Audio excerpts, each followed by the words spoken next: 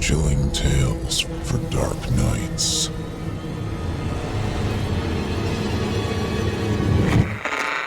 Want to make sure you never miss a Chilling Tales for Dark Nights video again? Be sure to subscribe and hit that bell to turn on notifications. Look, Daddy, an airplane!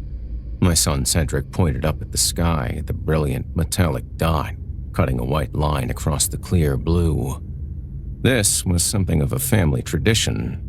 When I saw airplanes as a little boy, I had to point them out. Now, my youngest took up the mantle. His older brother Colin had long since moved past such foolish, childish things. We wouldn't have seen this one if it hadn't been for the thinning leaves of the trees.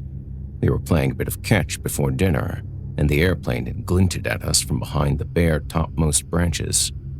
The ball exchanged hands between my son and I a few more times before he exclaimed, Daddy, Daddy, I see another one!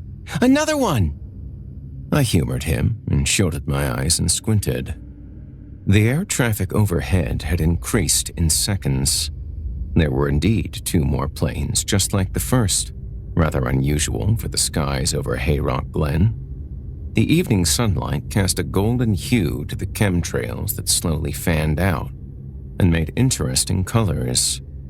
I was moved to stand and watch along with my son. Those quiet, nondescript moments were what I enjoyed the most about being a father.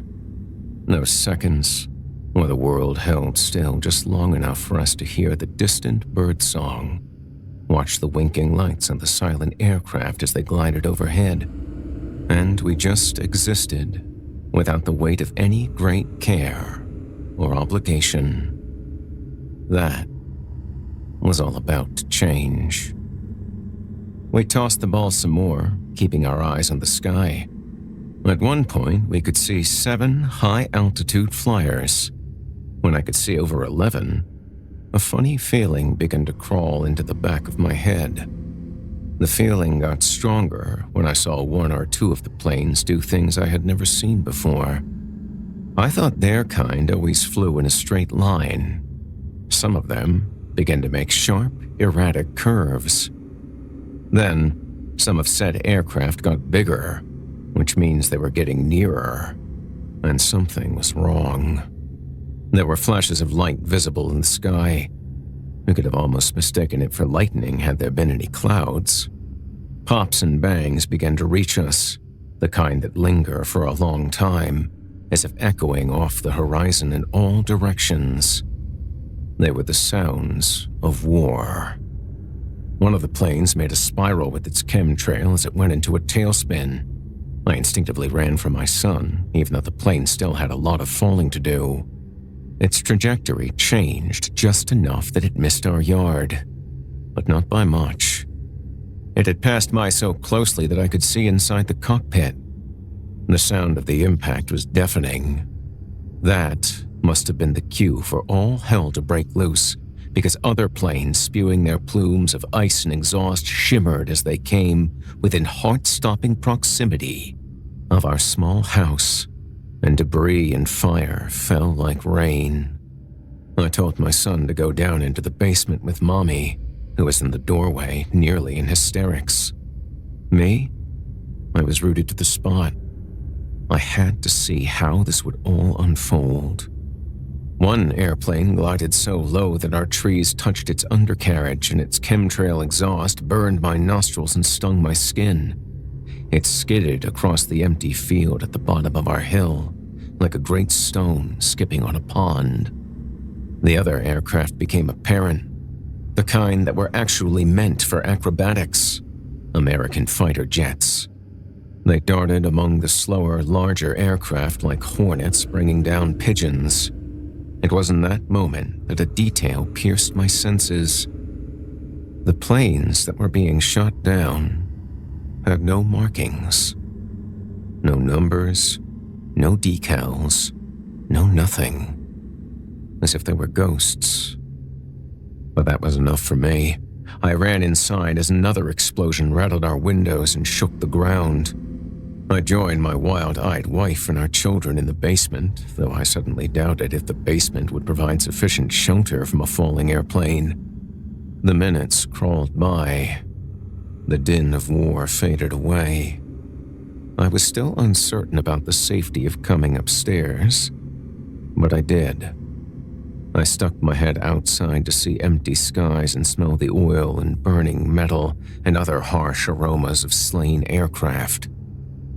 "Honey, get the news on the television," I called back into the house. Bursts of light from gunfire and explosions bubbled on the horizon, telling me that whatever fight there was, it had moved past us. What had I just witnessed? Had some sort of terrorist attack just been thwarted? As the sky calmed, so had my fears, though I would find out very soon that my troubles had just begun. Stepping into the house felt like crossing a threshold between insanity and normalcy.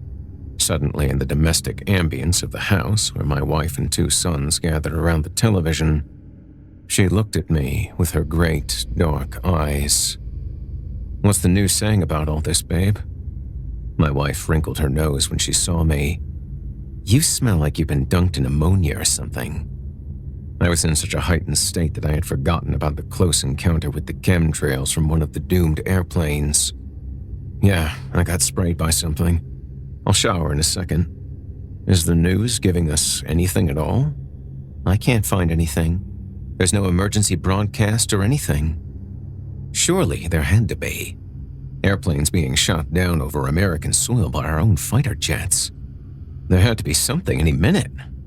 No news outfit worth their salt was going to just let a story opportunity like that just slide off the hook. Or were they? The sky was the last place I had seen anything about what had just happened. I slept uneasily that night. I kept grabbing my phone and looking to see if anything hit the news. The internet was eerily silent, reporting on everything else but the takedown of nondescript aircraft. I thought I would have been too short on sleep to get up with the alarm, but no. I made it just fine. There was that whole need to work for a living. I cursed myself for being a devoted father and husband, like I was. I'd even gotten up early enough to get out the door with a few extra minutes. I was sure the school wouldn't want to pay me any overtime, so I took the time to do a little patrol around the area and see if I could see anything. I remembered the crash in the cornfield that was visible from my own yard. Finding the wounded field had been a cinch.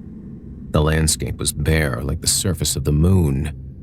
There was the earth, dug up and upset by the impact of the aircraft and the explosion, but there was no debris and no people, as if the plane that had been shot down evaporated, and nobody thought it worthwhile to regulate rubbernecking. I stood next to the field of blackened cornstalks for a long moment, leaning on the hood of my truck with the door open and the gentle sounds of Kenny Chesney drifting out. Nothing to see here. How convenient. I brushed off the conspiracy theory devil and went to work. Couldn't keep the school waiting. There were wastebaskets to empty from under teachers' desks and from student bathrooms, not to mention the mop work made for me from the kids just existing. The world, as I knew it, seemed to go on as if nothing had happened. But something had happened. It would take several days for it to manifest, the same way it takes autumn leaves a while to fall after turning colors. I hadn't noticed the extra child or 3 that were in the nurse's office. This had happened for a good 4 days in a row before I took notice. Their crying was on the level of a steam whistle. Their faces the color of ripe tomatoes. The volume of traffic to the school nurse never decreased after that. It increased, if anything. I would be pushing a broom across the old tiles and catch a glimpse of the nurse always looking the same way. Bewildered. One day, I didn't see the school nurse at all. I saw one of the teachers wearing the hapless, helpless expression reserved for the nurse as she looked over the wall-to-wall mass of kids. Then, there weren't any kids, any teachers, or anyone else at the school, and the doors were locked up until further notice.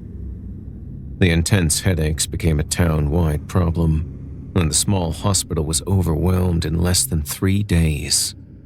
Men, women, and children had such agony locked up in their skulls that the only way they could find relief was through heavy sedation, and there wasn't enough of that stuff to go around. I was out of work with the school locked up, so I was at home full-time with my wife, who couldn't stop screaming. She clawed at her scalp, pressed her palms against her ears, rocked from side to side on the bed, unable to reach some caliper, some vice, some piston deep inside her skull that would not relent. I don't know that I have ever felt so helpless than I did right then. My wife was right there in front of me, locked in a suffering that I couldn't comprehend, and I couldn't do anything for her. I had tried running to the dollar store for some over-the-counter headache relievers, but they were closed in the middle of their business hours. Everyone must have been home with a migraine. I peered in through the windows. Their shelves of meds stood with gaping spaces where all the Tylenol, Advil, aspirin, and similar used to be. I looked around at the landscape, pretty sure I could hear moans in the silence between breezes. My sighs rose in frozen clouds of mist. The air was getting colder by the day. There couldn't have been a worse time of year for things to go south like that. My chest tightened when I looked up at the radio tower. Someone was at the top right, next to the blaring red light that silently pulsed. Red alert, red alert, red alert. I did a swan dive onto the earth below. There was no way that was an accident. I drove over to the twisted body of a teenage boy and called 911. There was no answer. I could barely process anything. I ran in several short directions all around the body, waiting for the solution to enter my brain. There was nobody to get. There was nothing I could do. The boy gazed up with his eyes that were just as blue, just as clear as the sky that met his stare. I couldn't just leave him, but I couldn't do anything for him. My family needed me. I got home and did recon around the house, snatching up and hiding anything that I so much as suspected could be used as a tool for suicide. My wife started repeating over and over, "Kill me. Kill me. Just kill me. I can't stand it. Just kill me." She brought back the body of the boy into my memory, and he started to look more and more like her with each repetition. No sooner had I gotten home and shut the front door than it was drummed with frantic knocking. It was our neighbor, a kindly old gentleman named Frank that always had a greeting when we crossed paths. He was frantic, saying that his wife had lost consciousness and became unresponsive after days of crushing headache. He was trying to get through to emergency services, but nobody was answering the phone. They had to have been glutted with cases. I remembered the nurse's office being wall-to-wall with kids. That's how I picture the Hayrock Glen Clinic. I felt guilty telling Frank that I didn't know what to do. It was the truth, but it wasn't enough. He went inside his house, and we never saw him again. I brought a glass of water to my wife, who had somehow managed to fall asleep. I thought it would be cruel to wake her up. I leaned over her and felt a sinking feeling in my stomach. Her eyes were not completely closed. "Babe?" I prompted. She didn't answer. I gave her a gentle shake. Nothing. Then I gave her gentle slaps on the cheek, called her name with increasing volume. Her head lulled, but it was from my motions, not hers. She had a pulse and shallow breath. That was when time truly started to slow down for me. I kept the television on and tuned to the news. They weren't reporting anything pertinent at all. No mention of the airplanes or the pandemic of migraines that were causing people to pass out or commit suicide. I was just present enough to feed myself and the kids and put them to bed. The rest of me was poised to react to the slightest sign of stirring from my wife. For 3 days, she was out like that. For 3 days, nobody answered the phone at the hospital. 3 days before she would open her eyes and weakly call my name. I almost wished she had kept her eyes closed. Then, I wouldn't have to know just how much worse things were going to get. When things were finally a billowing dumpster fire of a nightmare, the news finally started reporting on what was happening. I guided my wife to the restroom. Her eyes ticked all over as if they would suddenly start seeing. Her one free hand, the one that wasn't holding my hand, trembled as it felt the wall, like the shaking antennae of a cockroach. I didn't want to see her eyes, and yet I couldn't stop looking at them. They were completely clouded over. Circles of gray, adrift in their seas of white. After she was done mourning over the loss of her vision, we got on with helping her whenever she needed to go. She stubbornly tried to remember a few key paths around the house. We spent a lot of time in front of the television together. The plump brunette woman prattled away as if everything had just been learned in the last hour. The entire United States has gotten a headache, thanks to a pathogen that has researchers baffled as to its origins or its means of distribution. Seemingly overnight, businesses are shutting their doors, and hundreds of breadwinners are going to bed to sleep off a migraine that has broken all records of pain measurement. 9 out of 10 people that succumb to the pathogen and the ensuing migraines will develop complete and total blindness. The camera switched to an aging woman wearing a white lab coat and thin-rimmed glasses. The inflammation is so intense that the optic nerves are crushed. But there's other data that suggests that the ensuing fever also cooks the retina. So, it's a double tap, you could say, of making sure that the infected lose their sight. They cut back to the reporter. There are some that are apparently immune to the pathogen, but they are the exception, by far.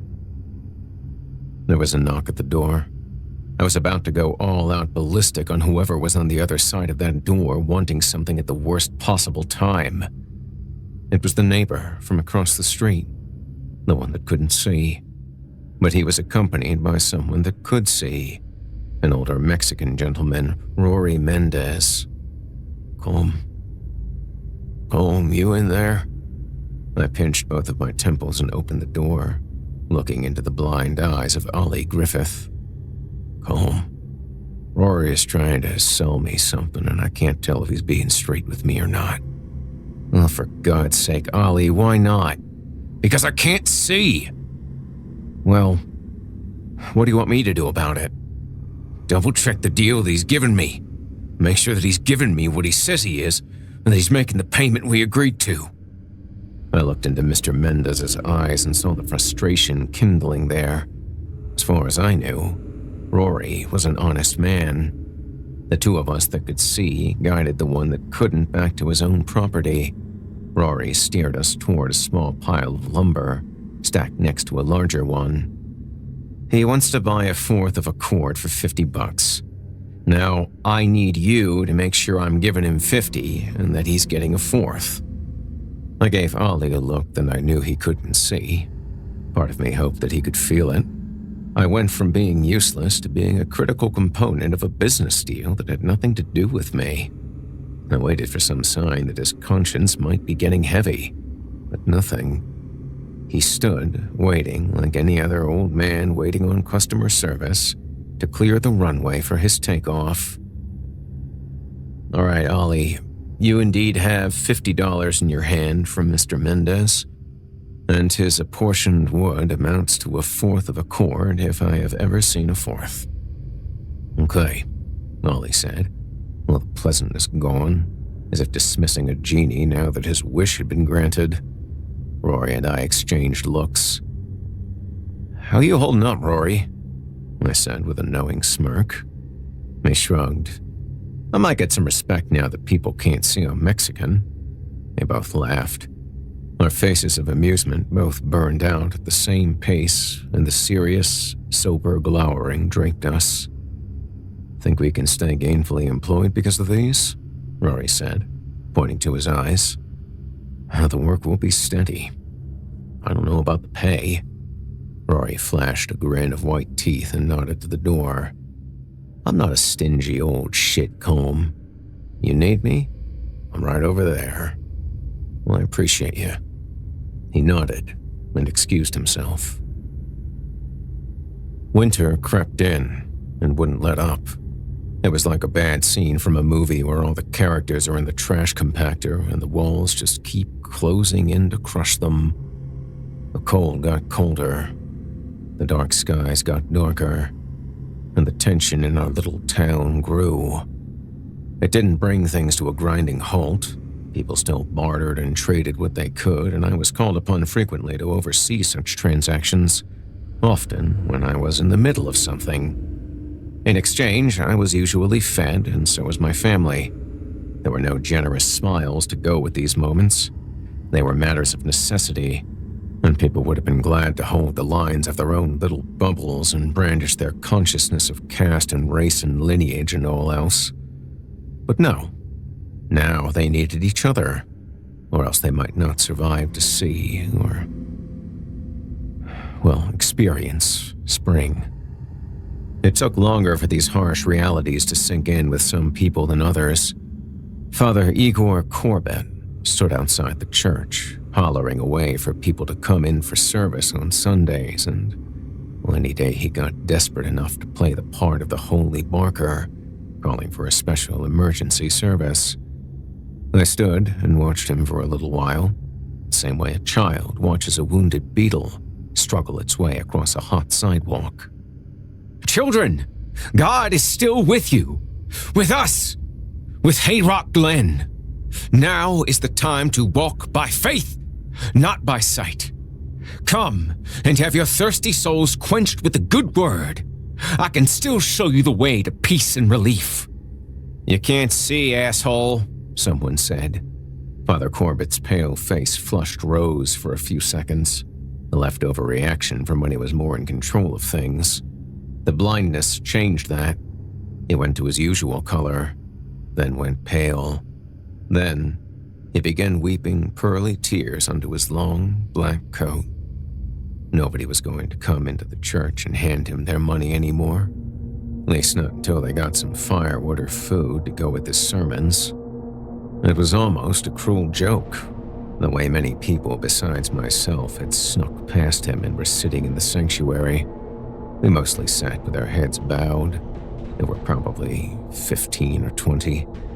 Nobody spoke to one another, partly so as not to alert Father Corbett that there were people enjoying God's presence, free of charge, and partly because many had no awareness of their neighbors, guided inside by a seeing companion. I dared to look around me 1 second too long, and I locked eyes with none other than Ron Simpson. He usually had nothing but smoldering hate for me in his eyes, but this time, his gaze was gentler. Not quite gentle, gentler. They came over and sat close so we could whisper without disturbing the over-eager priest outside. "Calm. Good to see you have your sight." "Good in most ways. Lots of people ask me to play broker for them.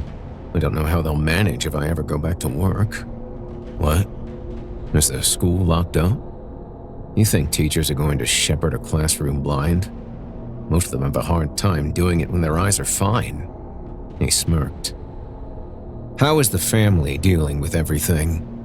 I knew the question that was draped by those neutral words. He wanted to know how Elaine was, the one girl he almost married, until I came along and stole her heart. Ron was a man that played the field, and always would.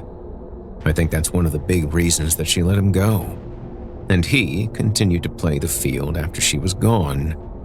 But the question mark that hung above the heads of everyone too bored to do anything interesting with their lives was, what if he would have gone through with it and settled down for one girl? His family isn't friendly to me for this reason. I radiated more commitment than he did. The only person that's gotten the blindness is my wife. Both of my boys are just fine for some reason. This news physically jolted him. He raised his head to slowly look at all the panes of stained glass. Then, he got up and excused himself. I ruffled my eyebrows at him as he carefully exited the church. Sobs were beginning to shake Father Corbett's voice. Suddenly alone, I felt the need to chat with someone else. The plump figure of Bill Dalby was on the opposite side of me. The poor man was cursed with looking like Hitler, if the Fuhrer had eaten 3 square meals a day at McDonald's. He sensed my attention and looked at me with those light gray eyes of his. I almost thought he was blind until I saw his pupils. I scooched down to him. "What do you think, Bill?" I said. He grunted. "Well, I think the government owes us a goddamn explanation. That's what I think. Did you see any of those airplanes our boys were knocking out of the sky?" He answered before I could. "Blank. Spotless as cans of soup. They weren't warplanes. They were commercial. Now let me tell you, my brother over in Omaha watched half a dozen of those things fly over like they had the run of the place. And there's a base less than a mile away. You mean to tell me these things flew all over the U.S. and not one American pilot acted immediately? I don't like the smell of this one, son. That got dirt of all kinds all over it." And just as Bill's words were about to make my eyes roll, he had me hanging on to every word, assuming everything he said was true. I glanced down at my phone and politely excused myself from Bill, who, as usual, hadn't even begun to get everything he had to say. I passed by the blind Father Corbett, who could no longer speak intelligibly. He just stood and sobbed with his arms outstretched. Wait, was he holding a collection plate this whole time? Really? Not that many would actually see him, I guess. The meek will inherit the earth, not the mewling, I said to myself. New Year's Eve came and went with utter silence. If anyone drank, they did it at home. I certainly had my share. But I had to be careful. Elaine would never see me sneaking drinks, but I didn't want to upset her radar. That wife radar that women have. It was the only secret I kept from my wife. Sorry, but sometimes a man's gotta do what a man's gotta do. Secrets. I wondered if Elaine kept any secrets from me. You get married, and then everything is open, including things that you thought would always be private. Somehow, the other person always ends up finding out. Somebody from your past calls for the first time in 12 years just as your spouse is the only person home. An email from a coworker is discovered that just happens to be perfect for taking out of context. Then it hit me. It's the dead of winter. Everyone is blind. I can go through my wife's phone. One of those things you think when you're hammered.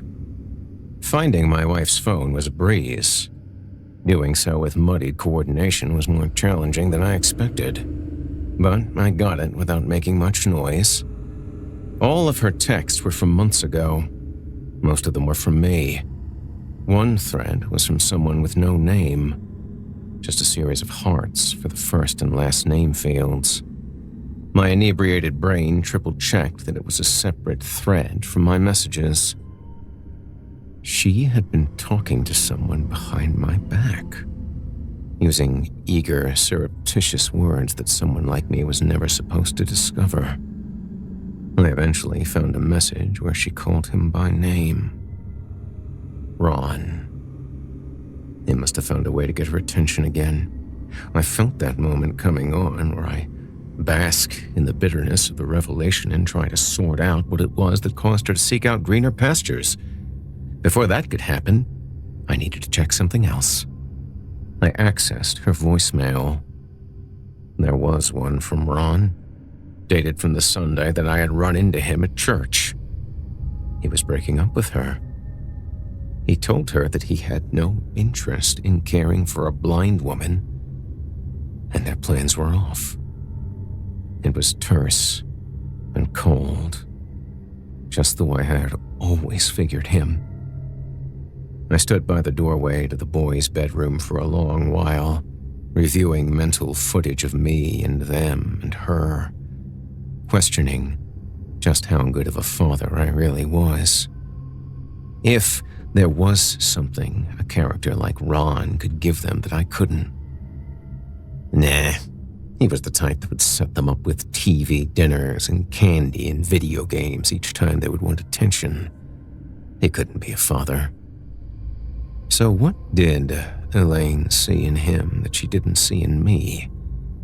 Maybe she didn't even think in terms of how her decisions would affect others. Maybe she was more like him than I ever realized. I decided to drink some more. I woke up to pounding on the front door. An officer was out the door who had clear blue eyes. Sorry to bother you, sir, but I've got an official letter for you, for your eyes only. I opened it with shaking hands, and I almost couldn't believe what I was seeing. The officer paraphrased the contents, as if he didn't think I could read. It's January 1st, so the local schools are all being turned into assistance and education centers for the visually impaired. You are being mandated by the federal government to serve as an instructor inside the institution and as a broker for business dealings outside. You and your family will never go hungry or cold again. He entered my kitchen and pulled out a chair and sat in it backwards. I looked at the letter, looked to him, gestured to it with one of my hands and shook my head. He smirked. I need your signature before I leave. Otherwise, I can't leave. I stared at the letter, not seeing the words. Then I saw my wedding ring on my trembling hand. I could have played the desperate, betrayed husband card and refused, just to see if they'd haul me off to prison so that my wife would get nothing. But that would mean the boys would get nothing. No, I couldn't do that. I wasn't Ron. When you say I do, you mean it. You commit to forever, no matter how long that ends up being. It was going to be a little longer for me than her from then on, but oh well, I had more to live for than just her.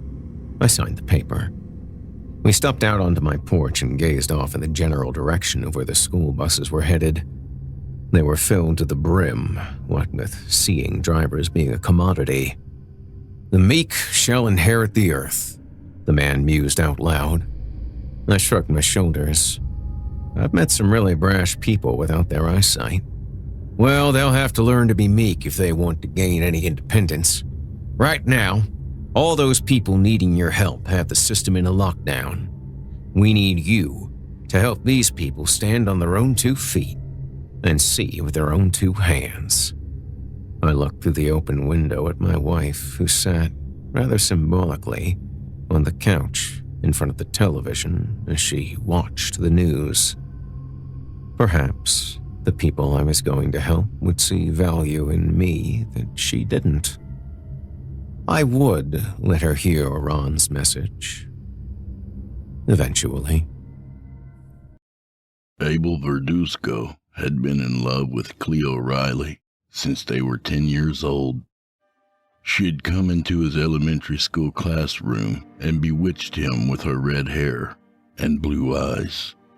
Throughout the years, he'd had to contend with these feelings daily, since the town of Four Creeks didn't have more than 3,000 people in it. The constant desire to speak to her, to be near her, but unable to act on those desires, made him nervous and shy. Most of Four Creeks took this as a sign he was strange. He watched her in high school, dating all the wrong kinds of boys, and walking the halls without so much as glancing at Abel. but he always carried a bit of hope that went deeper than the awkward silence and acne. The boys she went out with weren't serious, and, he thought, the town was so small. Eventually Cleo would have to look at him in a new way. Abel clung to that hope until Cleo started going out with Ryan Wanmacher, a kid from San Casimiro, just 15 miles down the highway. With Ryan in the mix, Abel felt his hopes get torn to bits. He dropped out of school and soon after found a part-time job with the county in the dead animal cleanup department. Sure, he'd heard the whispers, the rumors. The town thought it was because he was quiet and weird and stupid, not fit to be around people. In reality, he took the job to get lost in something that wasn't Cleo Riley. He saw her in just about anything and everything. But whenever Abel had to pick up half an armadillo, sun-baked to the density of a bowling ball, he didn't think of Cleo, or her red hair, or her blue eyes. It wasn't the ideal life, but Abel could at least say he had money in his pocket and a job to go to every week.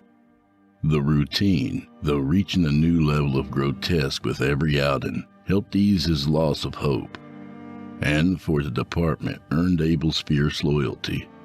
After a while, things were almost pleasant.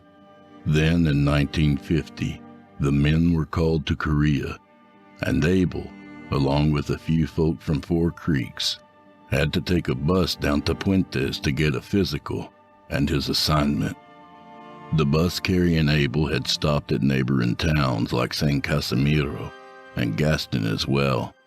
To Abel's dismay, Ryan Wanmacher was sitting in the front. Throughout the ride, Abel couldn't help but look up and see the smug shape of his head, and inwardly snarl at how much it made him think of blue-eyed Cleo and her red hair all over Ryan. At the base in Puentes, Abel was examined and turned away. Though he'd been able to do all of the physical exercises and thought he did all right on the written exam, the draft officer found the smell coming off him so repulsive the man considered it his duty to declare Abel Verduzco unfit for service, sending him home with a document that said he had flat feet, which rendered him unable to perform the duties of a member of the United States Army. Abel and a few others rode back to Four Creeks that evening. Out of the 4 others that weren't selected, 2 were so elated they couldn't help but laugh the entire time. Abel was quiet because he was ashamed. Truthfully, he didn't want to go to war with anyone. He had never heard much about the Koreans, and he was sure they were nice people, except for the ones they were fighting. But he had no desire to see their country or get shot in it. A part of him wanted to enjoy the feeling of relief, like the 2 laughing men. But another part, that until that day had lain dormant, told him that Ryan Wanmacher had gone to Puentes, had been looked at and examined same as him. Except the US of A wanted Ryan Wanmacher when they needed brave men to fight. Men like Ryan, men who could go out with a woman like Cleo Riley. Like Cleo, the draft had looked at Abel and thought he wasn't fit for service.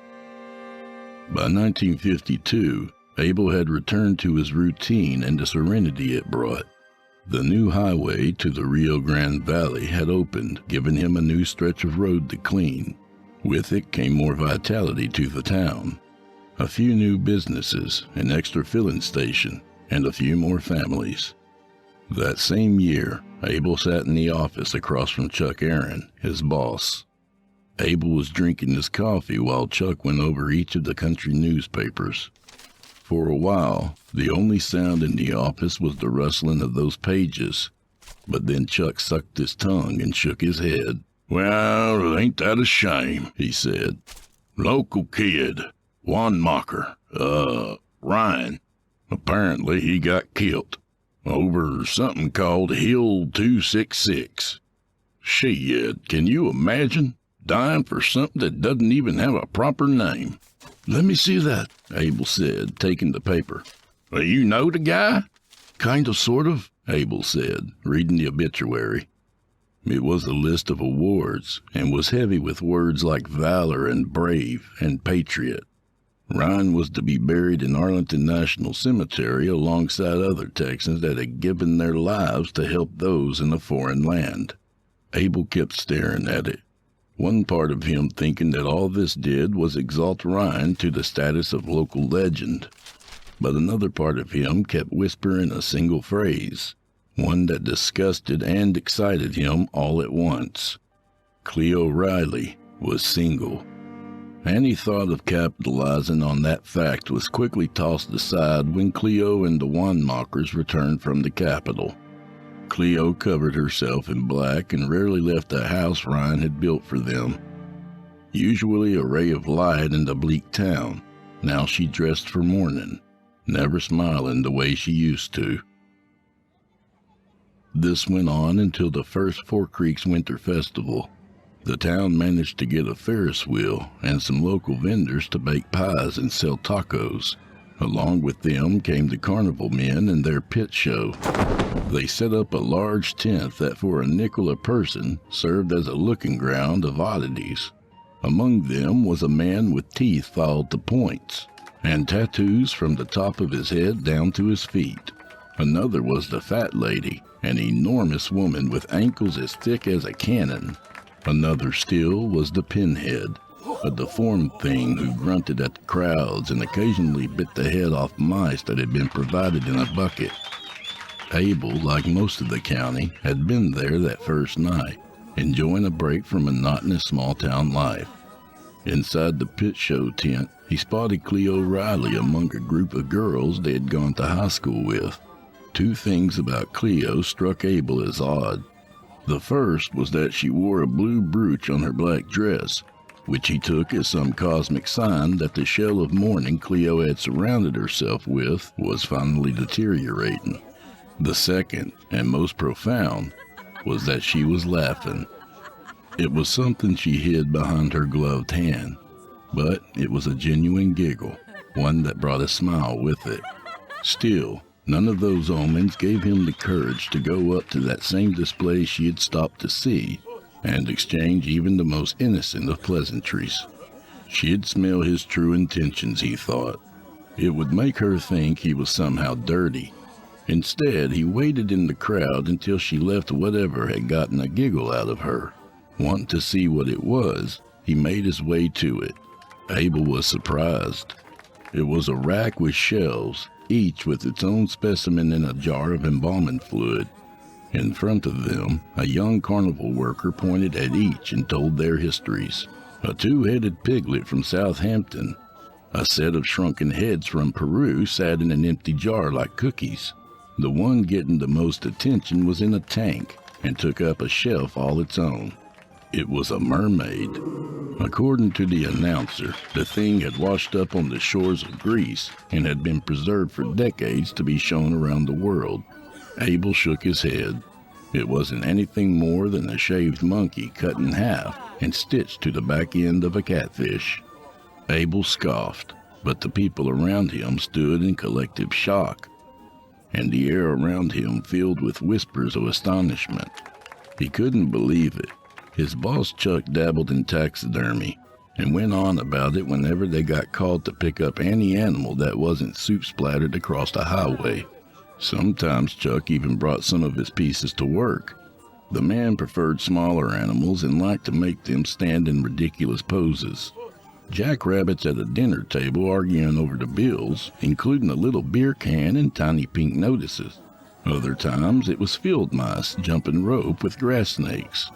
He had even told Abel about the ways people used to make two-headed animals or little cryptids with hardly more than some sawdust, thread, and some animal parts.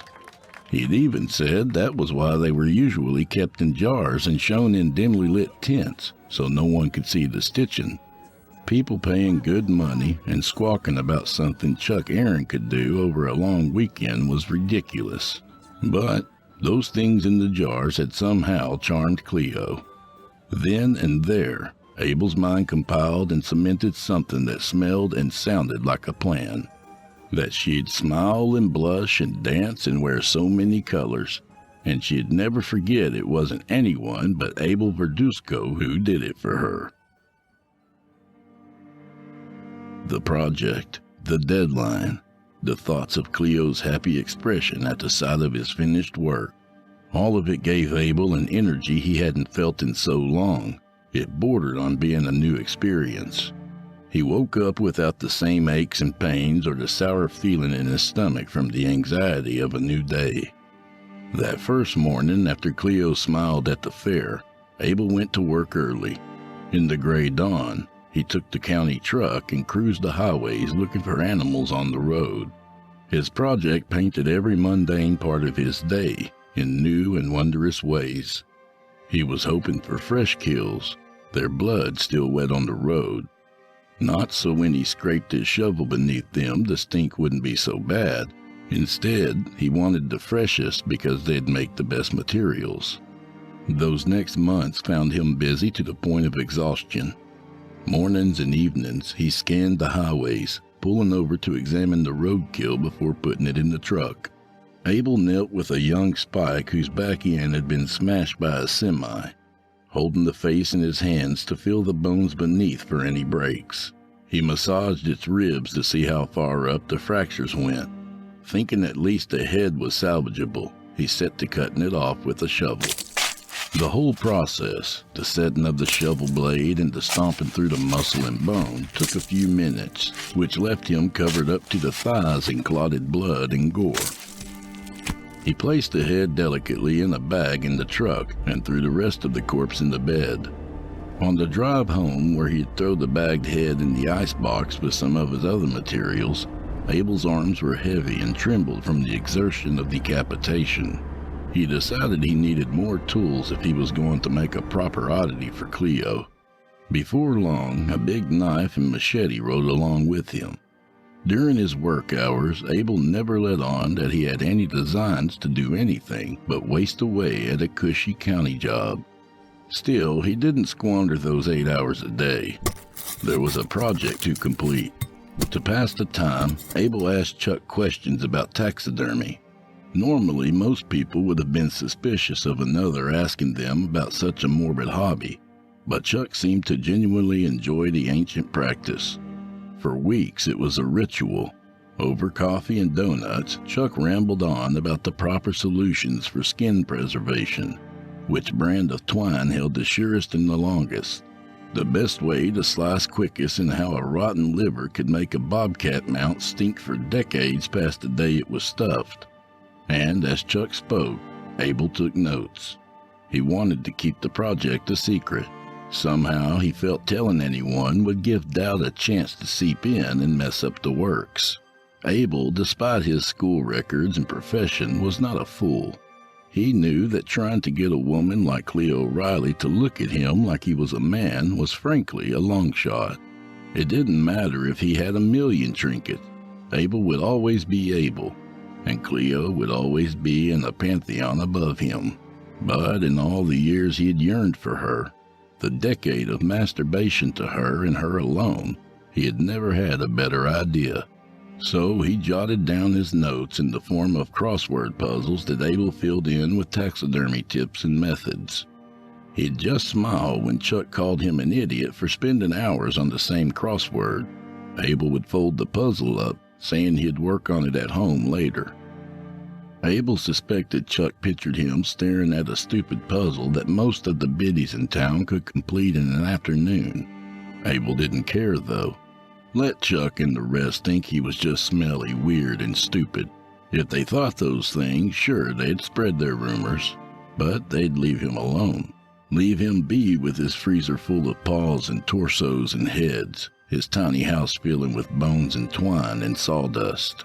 The people outside weren't part of it. They weren't going to help. Only the parts would. When it was too dark to go out looking for fresh supplies, Abel sat at his small table and tried to sketch something that would be enough to not only get Cleo to smile, but would have her clapping and giggling every time she thought of it.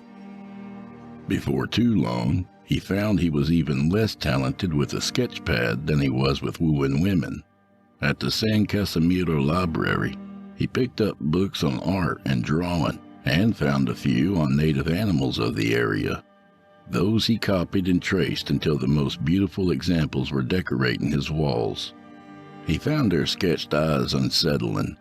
They watched him look over his inventory, praying that going over his materials again and again would give him inspiration. After a few weeks, he felt those penciled eyes were judging him. They reminded him that any idea he sketched would be too small, too insignificant to get the reaction he wanted. Even though some of his sketches made for stuffed creatures the size of feral hogs, most of them hardly rivaled the mermaid.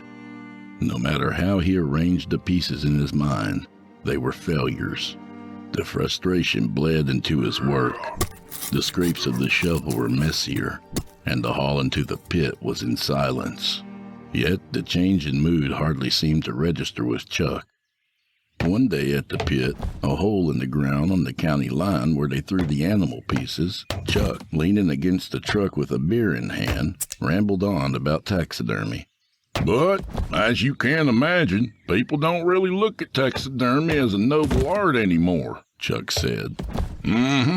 Used to be that was the only way to see any animals from other places. Stories didn't work. Hell, you go to England." "You've never been out of Texas," Abel said with a sigh. "Don't have to leave Texas to read a book," Chuck said. "But if you were to ever go there, you'd see carvings on the cathedrals. These scaly things with a mane, but the rest looks like a dragon, you know. And why? Because when they were told to carve a lion, they didn't know what the shit one looked like. Taxidermists were goddamn pioneers of information." "Weren't you telling me they used to make up a ton of it?" Abel climbed down from the back of the truck. "Like that mermaid at the fair." "That's what I'm saying," Chuck said, tipping his beer at Abel. "Purveyors of knowledge painted as common and morbid twits, all because of a few sons of bitches. Worst of 'em was this guy, Gio Aldani, 1800s and shit. This guy used to bring the dead back to life. Stuck copper wires up dead animals' asses and, hang criminals and shit. Joke them and get them to dance. Used to tour all over Europe." "He did what?" Abel said, trailing off. The mention of electricity seemed to float just out of reach, whimsical and entrancing while being infinitely frustrating.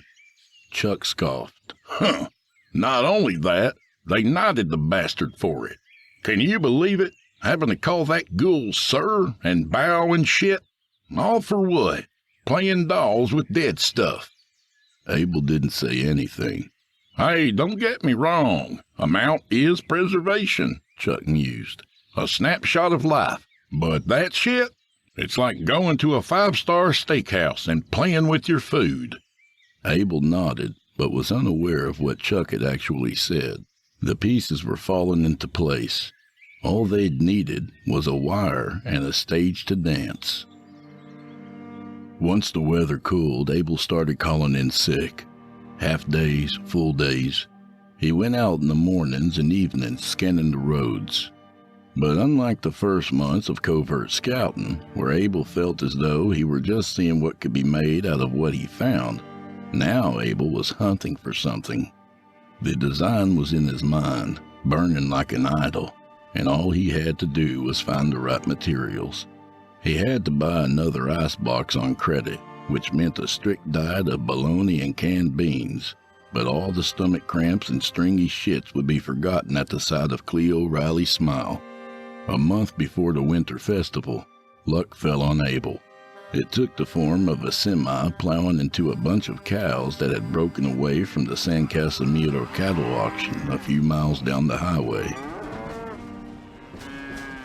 When they had gotten the call, Chuck and Abel had expected a mess, but found a scene like neither had ever seen in their professional careers.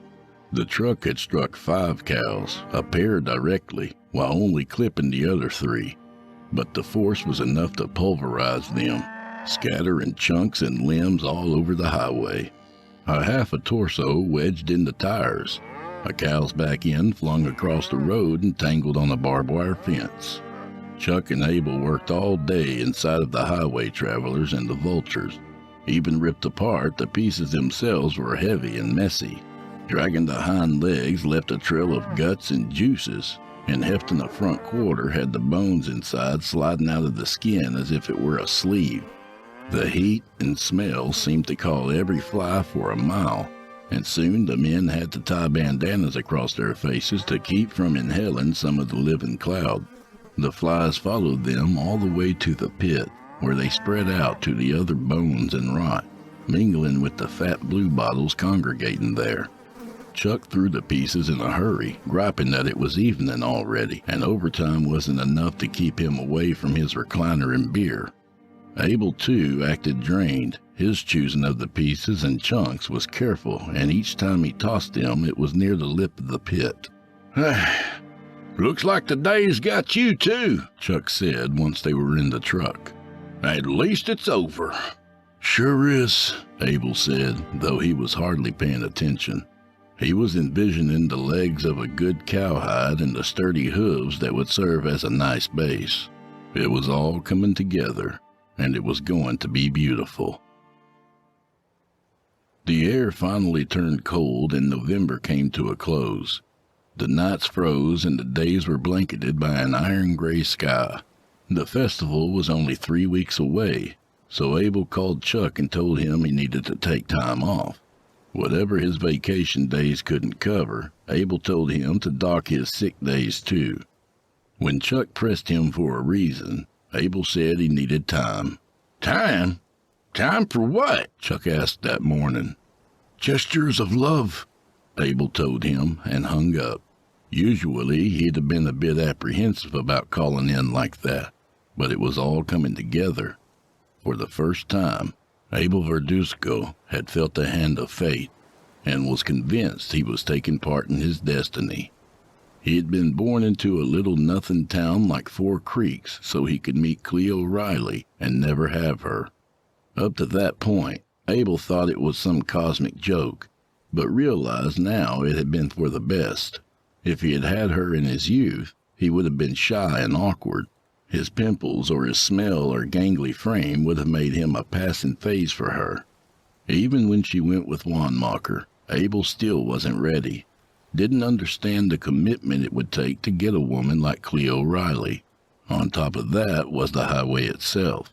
There was no randomness to the festival, to the cabinets of curiosities, not even to Ryan Wanmacher's death. The universe had done it all, gave him his job, Chuck's knowledge, and the tools to use it. It had sent those cows running right into that semi, even made some old European revive corpses a century ago. The universe made 1 trillion things happen so Abel could do what he had been put on the earth to do. That first morning of his self-inflicted exile, Abel turned off the heat and opened all the windows until the entire place was the dry 40 degrees of the outside. He dressed against it, thermals and sweaters and a thick coat, and then brought out all the things he'd need. Abel set them anywhere there was space to accommodate the spools, the thread and coils of wire, and the collection of carcass parts. He stood among them for over an hour, never touching, only looking. Though he had sketched his creation out, figured where the wires needed to connect for it to really move, Abel didn't look at them again. In his mind's eye, the pieces arranged themselves before him, the parts rolling over the table and stacking on top of one another, the wires snaking into the frozen meat and bones while the needle and thread danced over the seams like a busy bee. It was all there, looming in front of him. All he needed to do was make it. For all the books he'd read, Abel found he wasn't very good with the needle, nor did the cold help his hands' dexterity. The skins didn't obey the same way they had in the books and manuals. Chuck described a process that was quite simple given the knowledge and dedication, yet for Abel, it nearly drove him mad.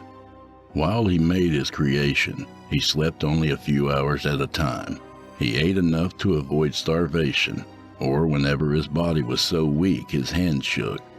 Withering beneath his clothes, Abel worked tirelessly, tinkering and perfecting. The only thing to keep him company was the radio, which only served to remind him that the winter festival was coming. And for a while, those were the stories of his days. Toil, sleep, toil.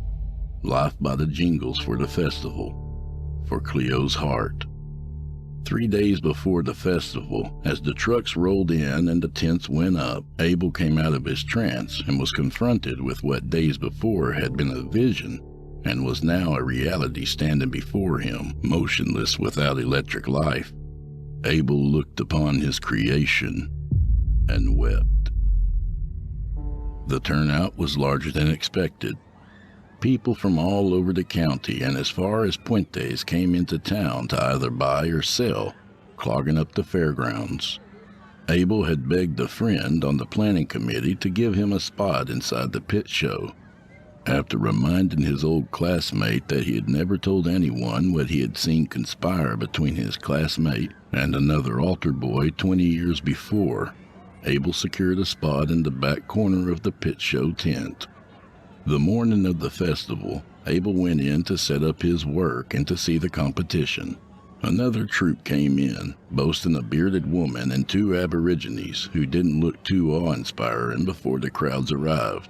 The bearded woman did laundry, while the aborigines read a single copy of Dostoevsky. The least impressive was the cabinet of curiosities, a 2-faced cat, a hand with 7 fingers, a frog with the fangs of a dog. Abel smiled. Next to them, his creation would be like the breath of God. Yet, to his dismay, once the people arrived, they fawned over the smelly jars and obvious needlework. He'd built a little stage for his creation so it could be better viewed, and to hide the wires that ran up its back like ivies. Behind it, Abel set his switches and record player. His creation needed music to dance. Otherwise, it would just be dead animal parts jerking around on the stage. It would be beautiful, and it would get Cleo to smile those black clothes right into a trash can. She'd see what he was capable of and would cherish him as he'd cherished her. By the time Cleo showed up at the festival, Abel had kept the curtain he had strung up closed for so long his fingers were cramped. For hours, curious children and couples hovered just outside the curtain, pulling at it or trying to peek beneath. All they found was Abel hissing them away. He'd spotted Cleo in the middle of a gaggle of former classmates. She wore a dark gray dress and coat. As if the gray, so much more inviting than black, weren't enough reason to get excited, she wore a bright red brooch the shape of a cardinal.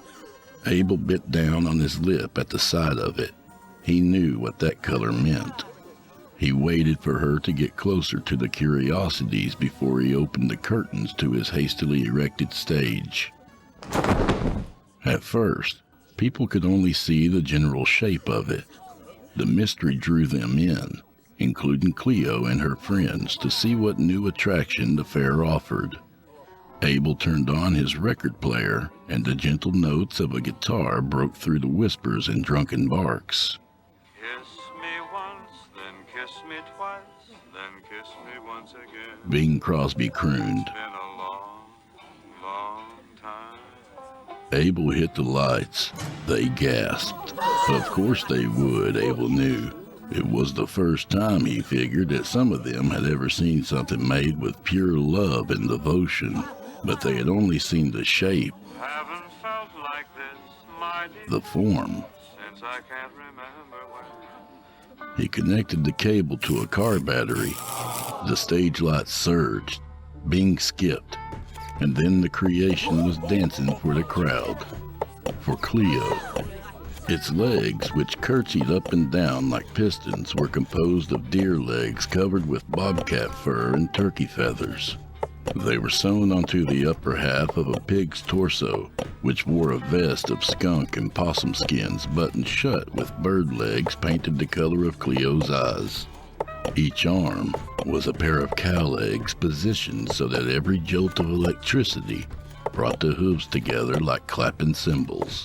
You'll never know how many dreams I dreamed about you, or just how empty they all seemed without you. The face was that of a javelina stretched over a horse skull and set to look like it smiled with a mouthful of flat cow teeth. What the javelina skin couldn't cover, Abel had filled in with jackrabbit ears and vulture feathers. To make it all come together, he had set an old stovetop hat on its head, which he had had to tack on since it fell off every time the thing danced. Once it got moving, Abel's creation silenced the crowd. With a sort of hypnotic reverence, they watched it bob and sway, clapping a set of broken hooves together like a fool at play. Abel left the battery and snuck around the stage to watch their reactions, one especially. The angst and aches drained away once he saw her face, her eyes wide and beautiful, lips open just a little in awe of what was meant for her and her alone. He couldn't enjoy the moment long. Bing's voice slowed to a palsied pace.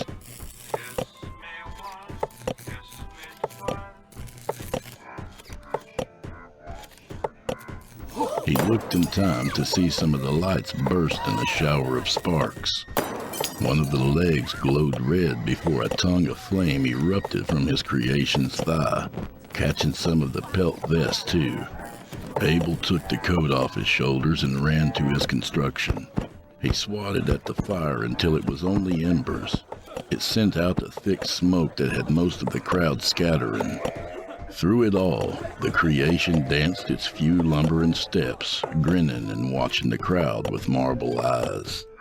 Once Abel got the fire out, he turned to face the people gathered there. Of all that had seen the curtain open, all but one backed away from the stage, clutching their noses and coughing. Cleo Riley stood apart from the crowd. She stared at the dancing figure, as if entranced by it and its song. Abel took a step toward her, imagining all the things he would say, fantasizing about how she'd be amazed at his dedication, embarrassed at the thought of him loving her for years, and touched by his grand electric gesture of love. The closer he got to her, the less he could trace any of the grief that he had seen in her for over a year. "It's all for you," he wanted to say, and she would listen. She'd think it was sweet and would fall into his arms in front of the whole county, even in front of the remaining one-mockers and all the people who thought he was a nobody. She'd fall into his arms and tell him he was her man. Within a few steps of Cleo Riley, Abel Verduzco opened his arms to accept her embrace, and she violently vomited onto his boots.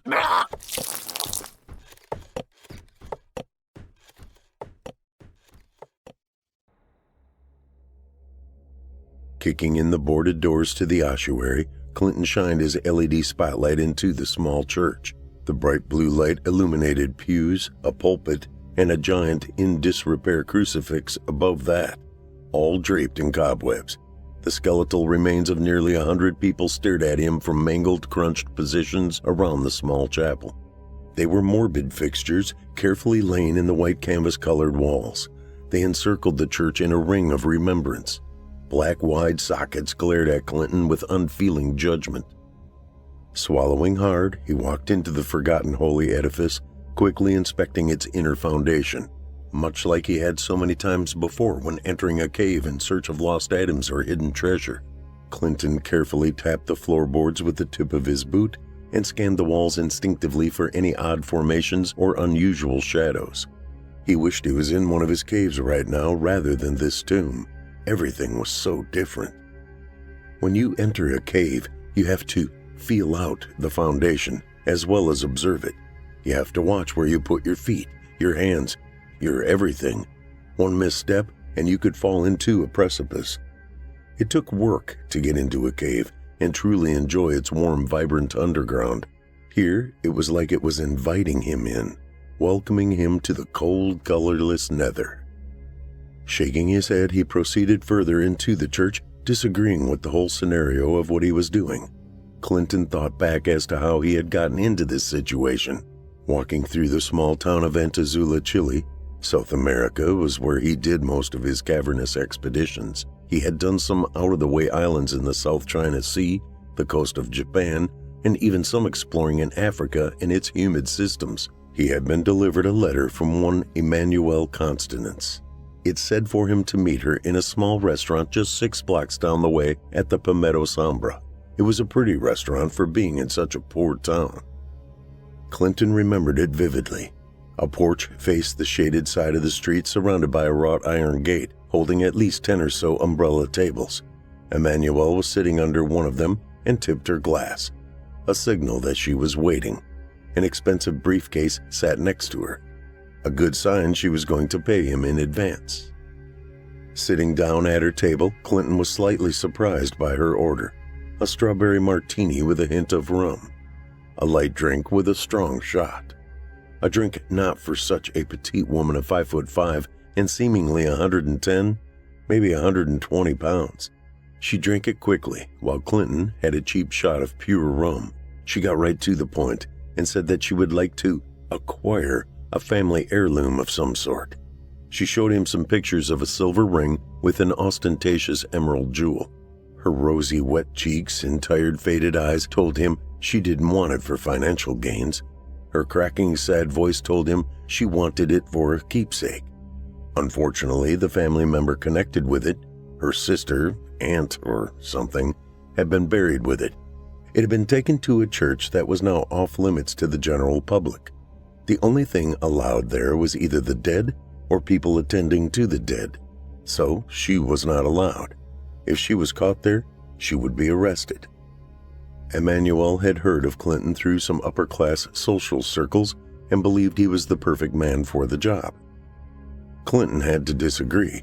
He was a spelunking expert and cave negotiating master. On occasion, he was a paid hunter of dangerous animals.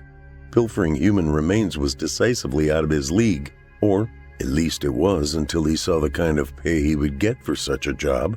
30,000 USD, and enough to pay for a plane ticket first class to a destination of his choosing. He dare not say no. This was how he found himself in the dreary chapel with the full moon high in the sky. The lunar light cascaded through the jungle, surrounding the church like pillars of twilight.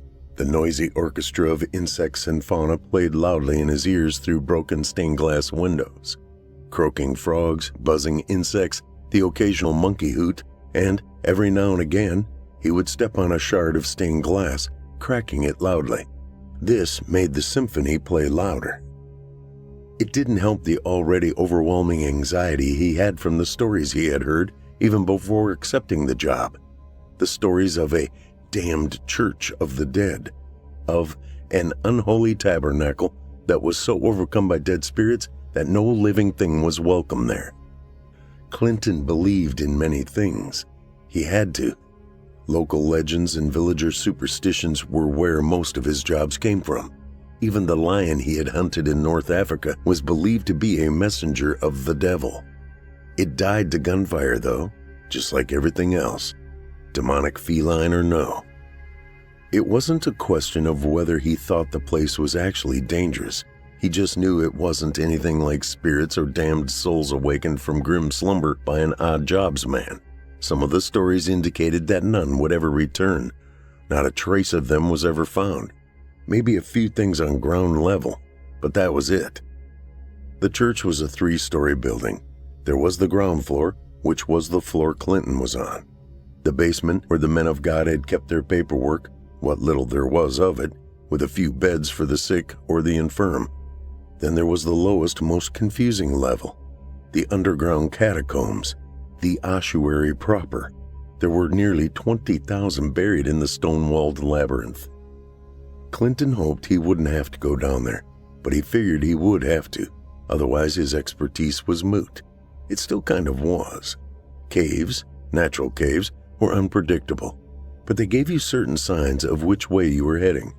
If you heard water, you were heading to a drop-off, so watch your footing. If you heard wind, you were coming to an exit somewhere. If you saw the flora of the cave get slim, you were heading toward an animal's den. He was at a loss for what to do if he found himself turned around in a man-made tunnel network full of corpses. What was he supposed to do then? Check to see which way the skulls were pointing and hope they might lead him out? Sorry, lady, I stick with caves, Clinton thought. That's what he should have said. This is way out of my league. Why don't you ask some reverend or a monk to go down there for you? Any of that wouldn't have been too hard to say. He needed the money, though. He wanted out of South America. Maybe go to North America and scour through some of their caves. The Ozarks were always fun. Short and uneventful, but fun. He was next to the pulpit when he looked up at the cross. The planks were covered in cobwebs. Clinton's light showcased the shadows cast by the webbing and crucifix. That same sad, forlorn look on Christ's face, one of agony and regret. The cobwebs, a stark silken blasphemy against his sacrifice. The cross looked like it was barely hung up. The nails hammered in were old and rusted. Even though with all the obvious signs of disrepair, it still came as a fearful shock when it tumbled down from the wall. It landed hard on the ground and broke into splintered pieces. The white clay body of Christ cracked and separated. If Clinton didn't know better, he could have sworn he heard a scream come from the broken icon when it fell. Finally catching his breath, he shined his light nervously at the broken crucifix. The pieces were shattered remnants of the Savior, his face nothing more than a pile of white dusty remains. Even a few spiders scattered out from the broken body of Christ, no longer having a solid home. Clinton wasn't the religious sort, but he was still scared about going down into the bowels of the dark church. A sign like that was hard to ignore, whether you believe in God or not. If you did, then it speaks for itself. If not, then you didn't want to imagine what might happen when you reached the older parts. They might just give way and bring the whole building down on top of you. $30,000, Clinton reminded himself. An extremely hard payday to pass up. Stepping over the broken symbol, Clinton found a door to his left. It was a small wooden door that looked like it hadn't been used in years, but he decided to turn the knob anyway. It creaked with age and whined with neglect. The gold-painted knob turned with some force, but even then, Clinton had to push with his shoulder to open the door. Sidestepping in, he shined his light down a long wooden stairwell with a stone wall to his right, behind the old door. There were a few candle sconces on the right, but he had no means to light them. All he had was his trusty spotlight with 8 hours of battery life, a backup flashlight for emergencies, some road flares, which he dared not waste on candles, and a few glow sticks. The bright LED beam pierced through the overabundant darkness, the steps barely visible even in the powerful ray of light. Wooden, rickety steps. It didn't take an architect to tell Clinton that this wasn't the safest idea. Edging his boot onto the first step made it cry out, just like the door had with age. Only this was more bass-filled, and it did feel a little sturdier than the door. Didn't mean that Clinton wasn't hesitant to walk down them. He sighed and proceeded down the stairwell. Just like crossing a ledge, he thought to himself. By the 12th step, Clinton was feeling pretty good. He only had a few more steps to go before he reached the safety of the cement floor. This was actually easier than any cave expedition he had ever done. Maybe I should accept more jobs like this? Clinton thought. It seemed safer to scour old buildings like this than go cave exploring. Stepping on the next step, Clinton heard that same creak and relaxed. His weight suddenly gave way underneath as he heard a loud snap. His spotlight flew in the air, spinning like a damaged helicopter, landing a foot away from him. Meanwhile, Clinton tumbled down to the cement floor and landed face first. His legs folded into a pretzel between the steps, and his chest ached with a punch from the last. After Clinton made sure he was still alive, he tried to lift himself. His left ankle locked up, and a rack of pain ripped through that leg. He groaned, clenching his teeth as he turned to look at his discombobulated legs. He could feel them, but couldn't see them in the overbearing darkness. He pulled his right one out of the staircase just fine. His left one, however, seemed to come with a price. Pain again struck his ankle and leg like a lightning bolt. He couldn't see what had happened since his spotlight was pointed at the wall. Not wanting to risk damaging his left ankle anymore, Clinton crawled over to his light and grabbed at it like a chained monkey after food. Finally, he got his digits over the handle and pointed it at his bad ankle. The damaged appendage was a stark tan and red of flesh and blood. A breath of relief came over him. Oh, it was damaged, no doubt about that, but it wasn't broken or fractured. There was quite a bit of blood seeping from it, though. A simple rag around it, and it would be fine. Leaving the light on the floor, Clinton ripped off a piece of his shirt and wrapped it around his ankle. He tightened it as much as he could. The knot made in the fabric was the worst part. Still lying there, jumbled on the steps, Clinton could have sworn he saw something in the dark. It was fast and blurred. It looked like a person with gray skin and a humongous head. It moved too quick, though, faster than any person could have, or should have. Not to mention that even if there was somebody in the dark, Clinton shouldn't have been able to see them. It was too dark to see your hand in front of your face. He acted instinctively and grabbed his large flashlight, scanning for the mysterious person. Nothing. Sighing, Clinton stood up and favored his left ankle. He slowly put his weight down and felt just a tiny twitch of pain. He was already starting to feel better, however his neck was a bit stiff. He stretched his head a little, failing to get all the kinks out. That was okay. He'd get a good massage later. Forgetting about the gray person, passing it off as nothing more than a mind trick of the accident, Clinton walked further into the belly of the church. His powerful blue light glided across the cement floor in front of him.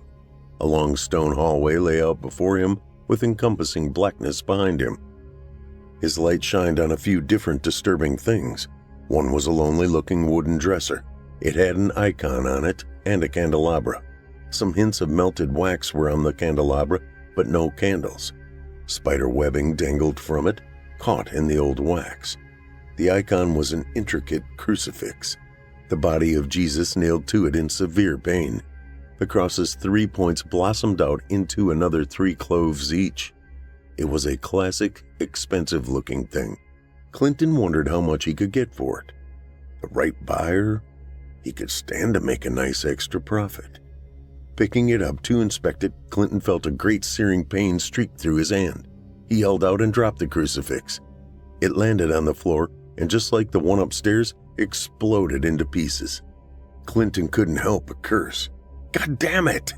He usually wasn't that clumsy with artifacts, but he usually didn't get hurt by them either. Shining his light on his hand, a long red mark was across his palm, like the icon had been searing to the touch. With his light ahead of him, Clinton saw 2 rows of cheap metal-framed hospital beds. They lay at opposite ends of the hallway, each one a stained flat rectangle identical to the other. Years of abuse and neglect led to their sorry states. He walked among them like in a graveyard full of unidentified tombstones. Clinton felt a cold, unnerving chill run up his spine and hoped that a body wouldn't appear in one of the beds. It was a ridiculous fear, but that didn't cause him not to think it. The last bed on the left had chains over the headboard. Clinton stopped and looked at it longer than he should have. An eerie, questionable feeling prevalent about the last one on the left. He couldn't help but whisper to himself, "Why would they need chains?" Then the bed itself seemed to change. It changed from its metal frame to a wicker frame. Green large leaves made up the matting, but not any trees from South American tropics. The cool chill in the hallway changed to a deep, arid heat Clinton recognized from the African savanna. The monotone buzz of mosquitoes filled his ears. His mind and body were somehow playing this evil sensory trick on him. It now looked like the deathbed of a little African boy he once knew. The boy was stricken with scarlet fever. The chains there to keep him pinned down so he wouldn't hurt himself when the fever caused involuntary spasms. And Clinton was hired to delve into a cave far east from the boy's village for a plant that would save his life. Unfortunately for the boy, a wealthy drug organization had promised Clinton a much larger payday than the villagers. He'd already been paid by the common folk on good faith, so he delivered the plant to the pharmaceutical company instead of the boy. The boy was dead 4 days later, and Clinton was traveling, first class, to a different country by then, having escaped their proverbial torches and pitchforks. Yet here he was, staring down an empty African villager's bed. in a South American chapel. The African sounds just as vibrant as they had been when the desperate villagers first approached him. Even the heat was as oppressive as it had been back then. He was in Africa right now, back in that village, looking at an empty bed. Turning from it, shaking his head, Clinton turned back and the bed was metal again. The chains still hung over the headboard. That cool, haunted air had returned, a reminder of where he actually was. Sighing with relief, he walked on. Just an effect of seeing the chains, that's all, he thought. That was a long time ago. So long, in fact, the boy would be a man by now, if he were still alive, but he's not. There was a comfort to Clinton in that thought. Locking his light on a basin sink, he went over to it and looked it over. It was just a simple porcelain sink. It looked a lot like a big snifter glass to Clinton. "Blessed be," Clinton remarked scornfully.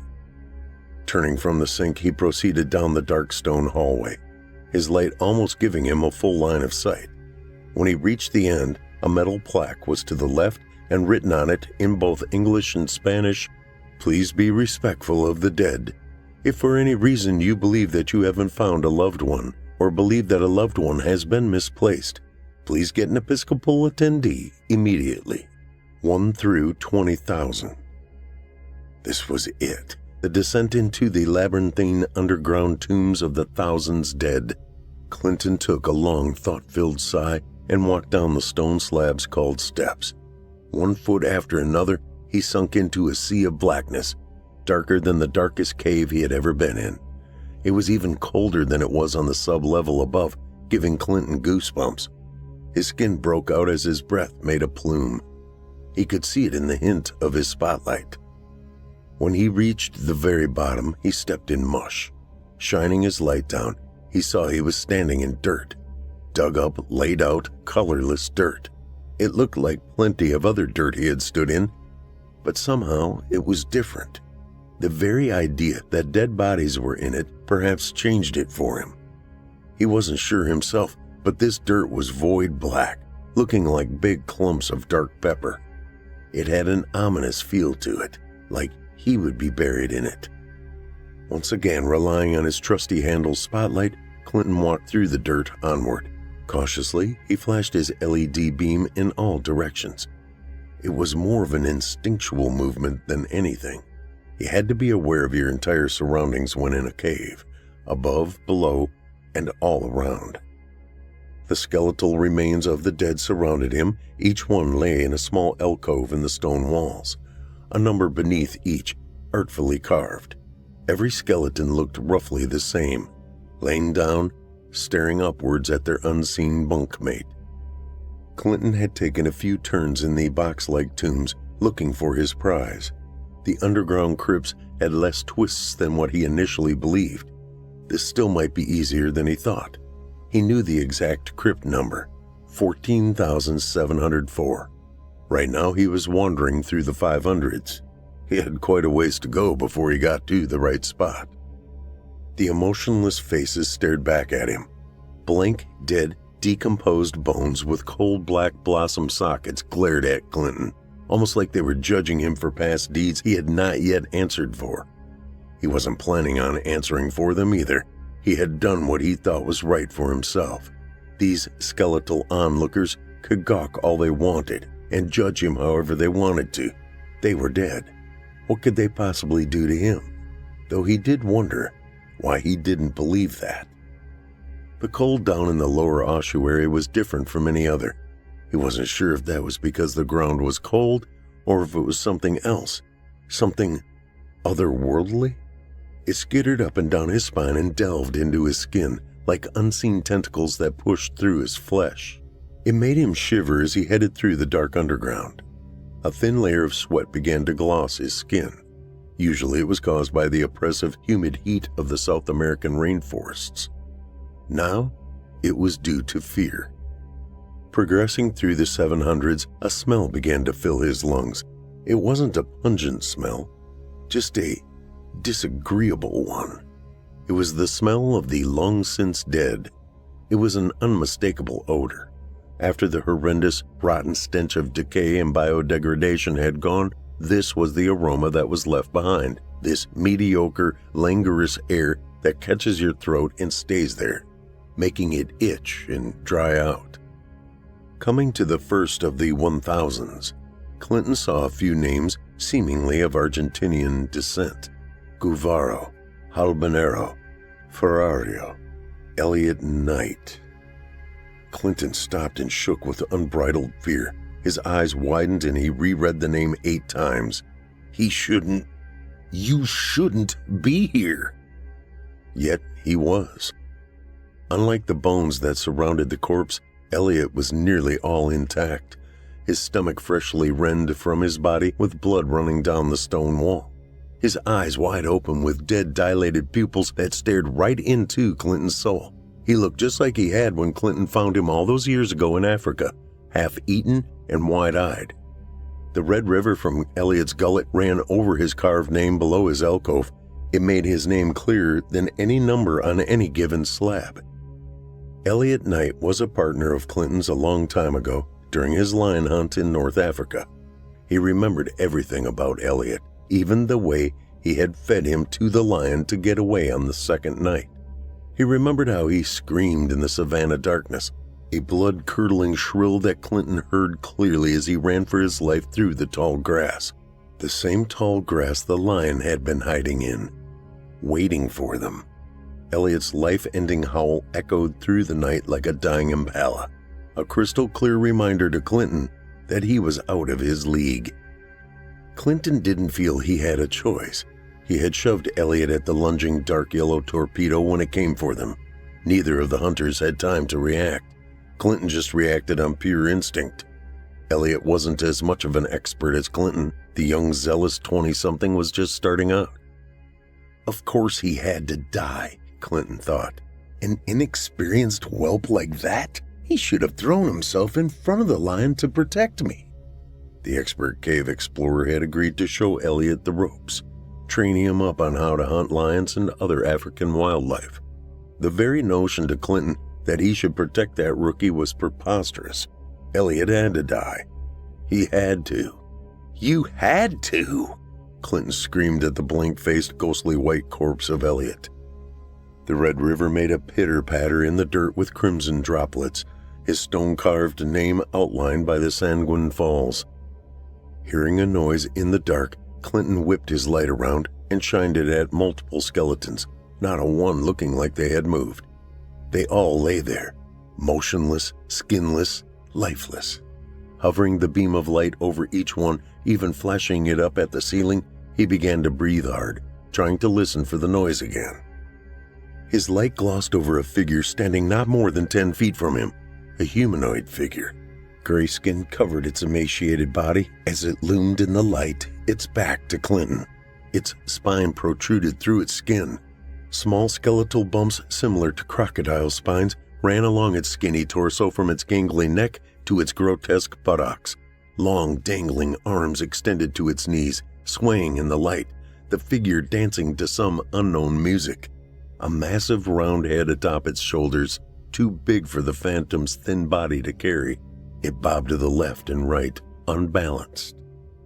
Clinton didn't wait around to see what it truly was. He ran from it. The light in his hand bobbed up and down as he ran. His left ankle dug into his leg with pain.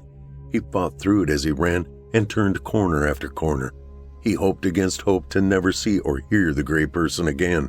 He lost count of how many corridors of skeletons he passed, how many forks he had turned down.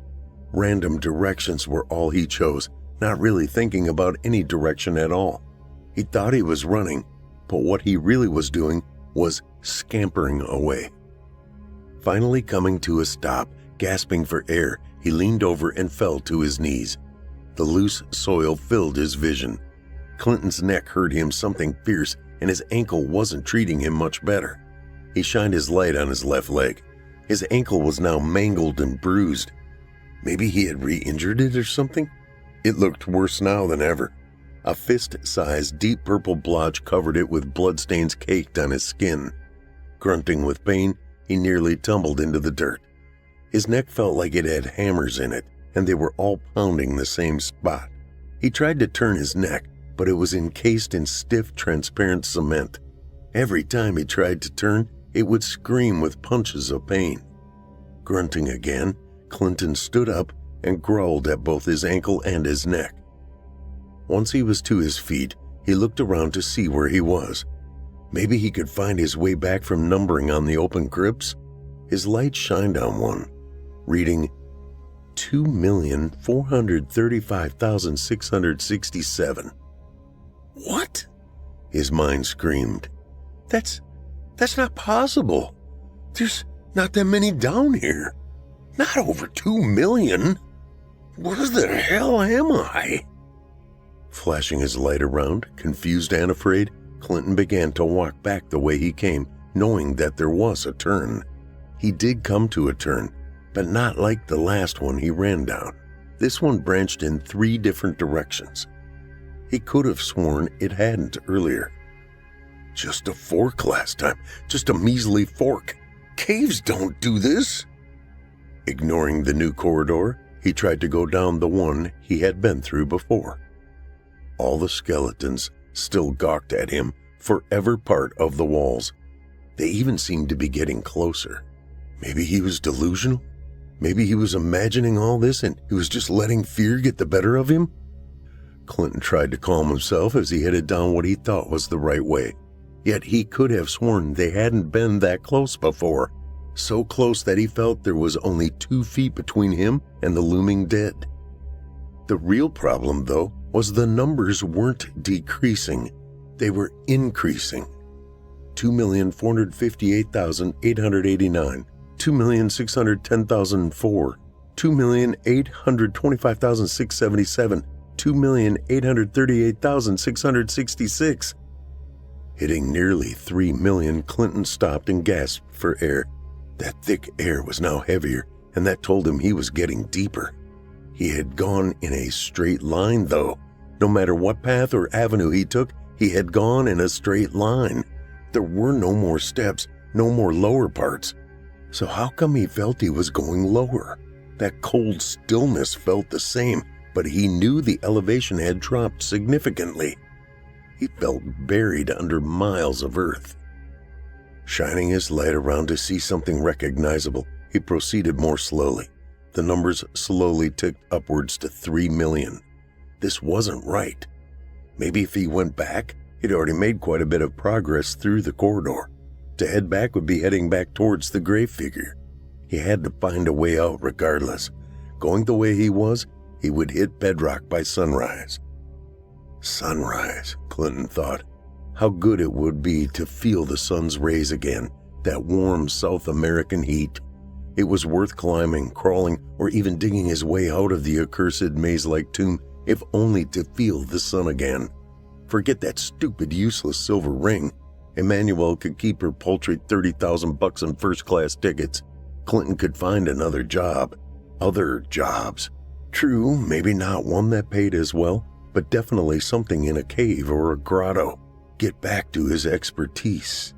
He'd give almost anything to be in a cave right now, even one of those frozen ice caves in the Arctic tundra, if it meant not spending another second surrounded by skeletal walls. Smiling to himself, Clinton forced himself back. He nearly jogged through the skeletal remains, confident he was heading in the right direction. The long-since deceased passed by him like a morbid Mobius strip. Bone pile after bone pile went by. He ignored the clawing pain in his ankle, the firm stiffness in his neck. He was determined to get back to the surface. Whether sun or stars, it was his primary goal now. All he had to do was find the cross corridors he had come by before. Maybe he missed that extra corridor the first time? He had run by it pretty fast to escape the emaciated figure. After what felt like half a day of walking and no crossroads in sight, Clinton fell to his knees. A cold sweat broke out over his body. Worn and waned, he sucked in more of that chilled, still lethargic air. He shined his light at one of the stone alcoves. 7,432,211.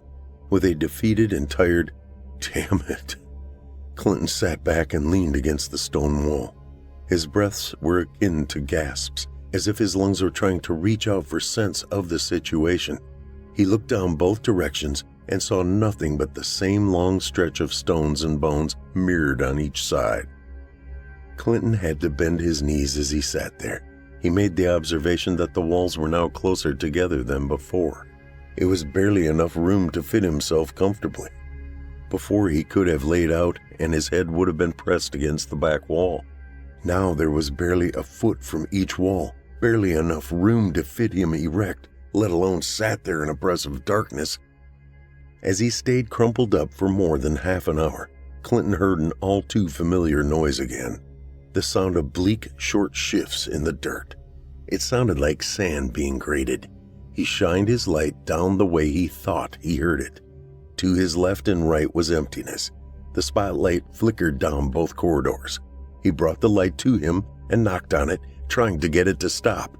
He even shook it a few times for good measure. All it did was flash at him in defiance. Don't you dare," Clinton whispered at it. The sound got closer. What little was left of Clinton's resolve and usually cool demeanor faded away.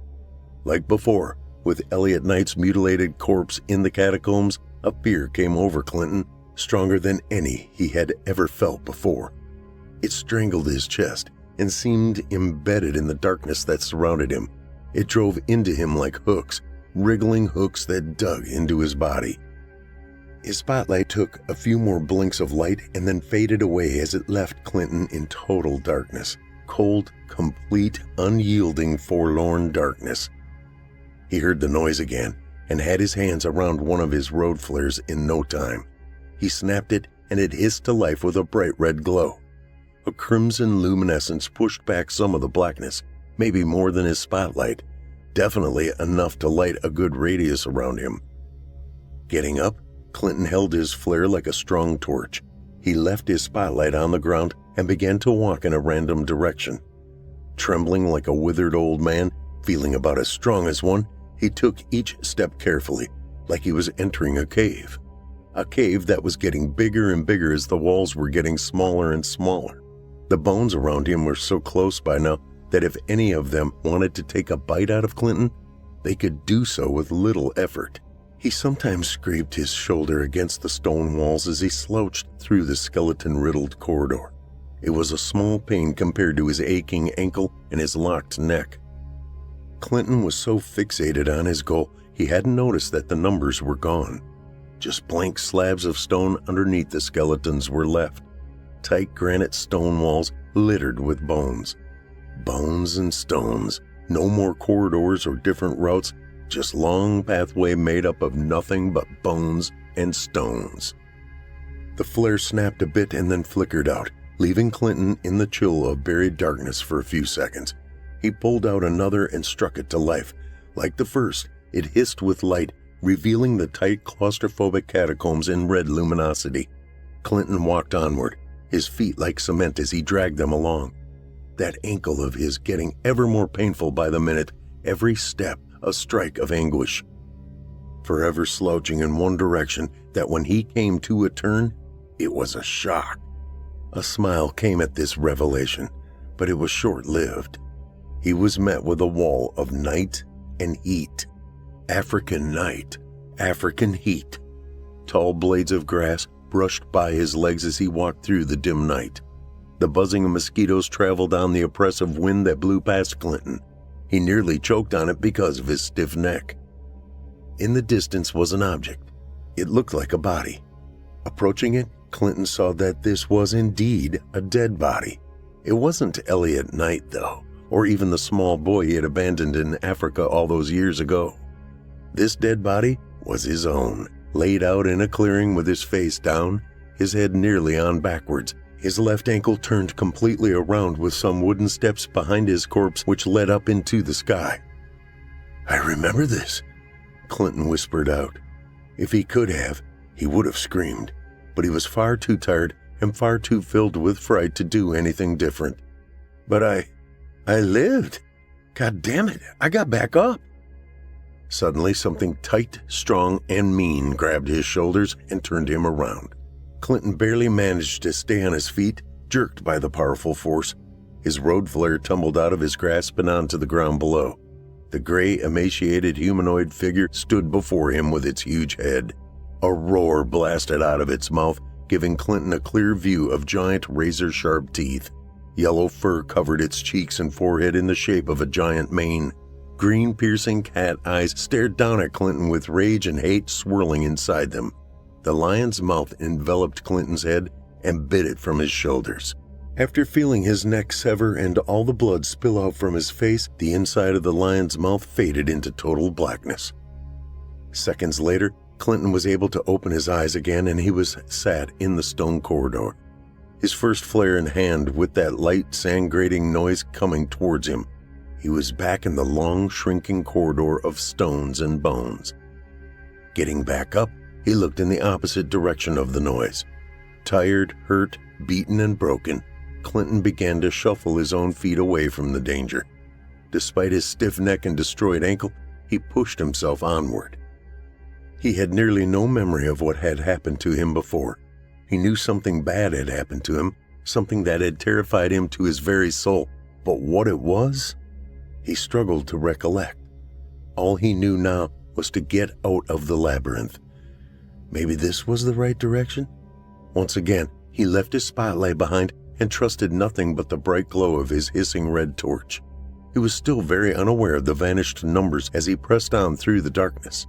Didn't matter how long the corridor may be or how deep in the massive ossuary he was, Clinton would keep pressing towards the steps he had come down before to get out. To get away from that horrid figure, he would press on forever. Holidays can be one of the busiest times of year for mental health services, but especially so for suicide hotlines. This was my first year on duty. This last year they gave me the day off.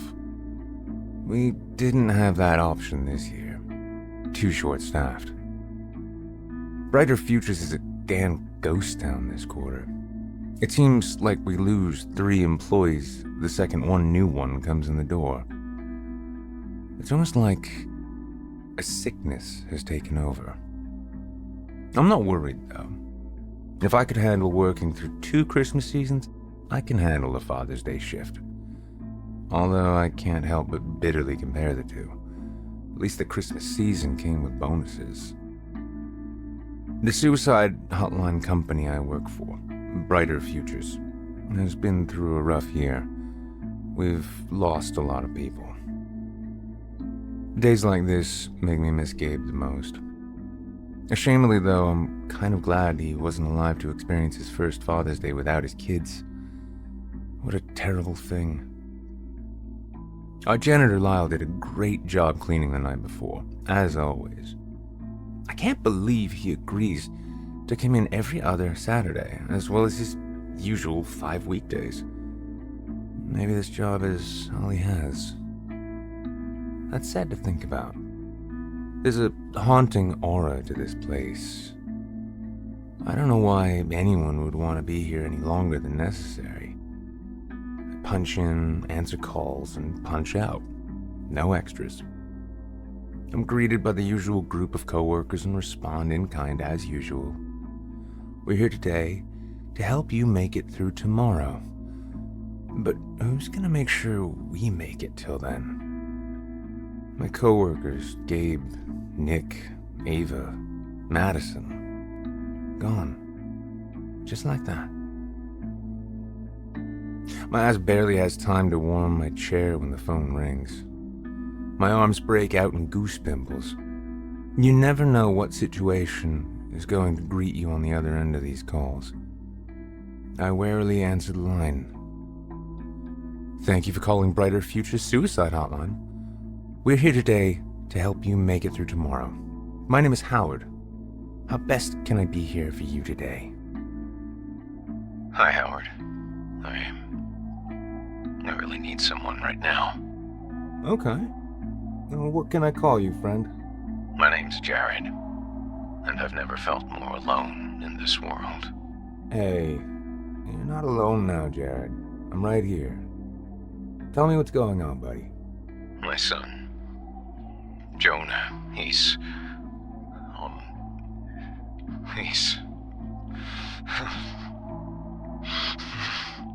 What's the matter with Jonah? Talk to me. I know it's hard, but you'll feel better.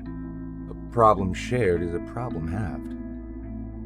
I was outside cutting the grass.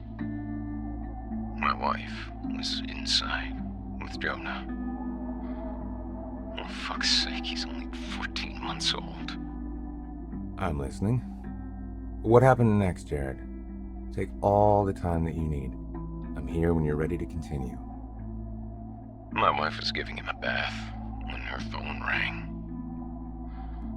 She was always on that fucking phone. I wanted to smash it so many times.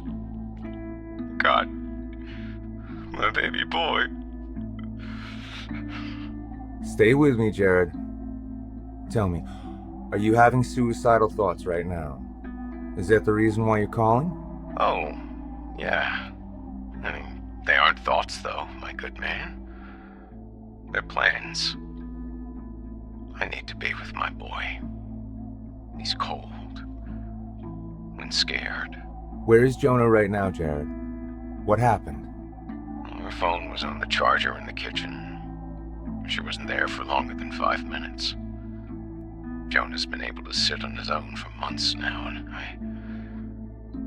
I don't understand. Horror grips my heart with frozen tendrils of dread as I begin to piece everything together.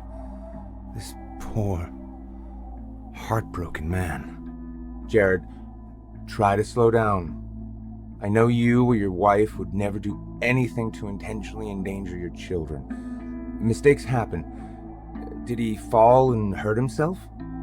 I feel like a complete jackass even asking this, but my heart has to hold out hope that this little boy isn't dead.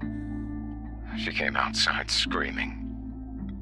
Her eyes were raw, her voice was strained from wailing. She sounded like a demon. Those 8 words slowed time itself, sending me to an eternal hell with each syllable. Jay! Help! I found Jonah face down in the tub! I ran past her, not even caring that I'd knocked her down on the way inside the house. My baby was laid out on the bathroom floor, surrounded by tiles. The blue hue of his lips eternally broke the dams of my humanity. The bitch didn't even try CPR before coming to get me. If she had, he might still be alive right now. I'm so sorry, my friend. My heart breaks for you to hear this. How long ago did you lose your son? 13 days ago. Oh, shit, man. I'm so sorry. Today is a hard day for a lot of folks, but people in your position especially. There's not a name for it, you know? What's that? Losing a child. If you lose a spouse, you become a widow. If you lose your parents, you become an orphan. Well, there's not a name for a parent that loses their child. It's something that's not supposed to happen. I can remember the day we found out Corinne was pregnant. She sent me right out to buy her Wendy's chili and Rocky Road ice cream. I did it too. Gladly. That's the way, Jared. It's impossible to see the light through your grief right now, but your happy moments about Jonah will eventually bring you comfort. It was my good boy. Just started toddling around, taking his first running steps. What are you doing right now, man? Are you alright? You don't sound right. Yeah, I called from my cell phone.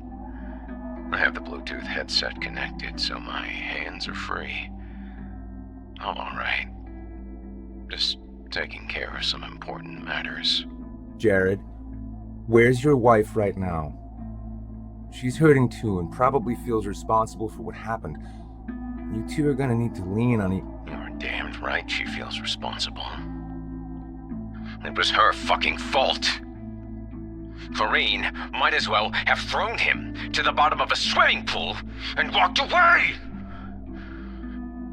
Her and that goddamned phone. Sir, I understand you're angry. Grief can take on many, many forms. Some are more destructive than others. Don't push the pain in your heart onto your wife. That wasn't a fair statement to make. I certainly hope you didn't say anything like that to her. I wince. Shit. I crossed a line. That was too far. Desperate people don't call here to be judged. They call because they need our help. And I feel a blood pressure headache coming on. Jared? Jared, are you still there? Yeah, I'm here. I'm a little, busy, but I'm here. Jared, what are you doing right now? Are you feeling any better from when you first called? I feel like you're distracted right now, and I can't tell if it's a good thing or a bad thing. See, Howard, I can't lean on my wife. I know a part of me will hate her until the day that I die. It's bad enough I have to walk through this world a father robbed of his duties.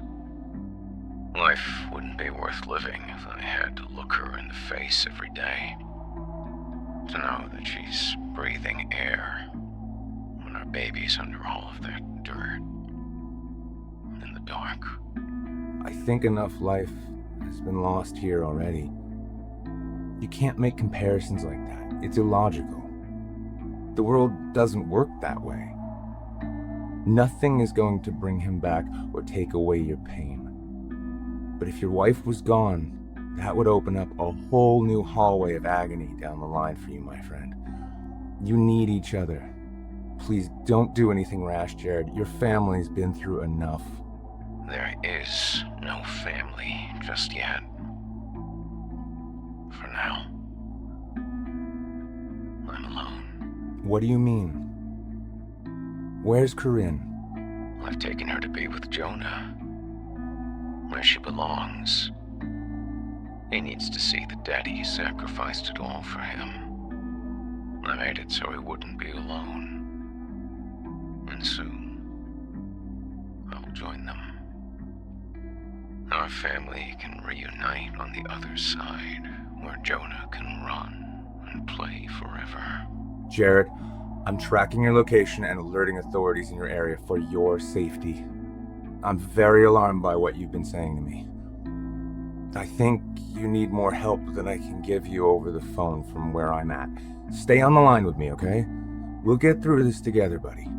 It's gonna be okay. 911, what's your emergency? Hi there, my name is Howard Jimenez. I work for the Brighter Future. Hello? Operator? Hello?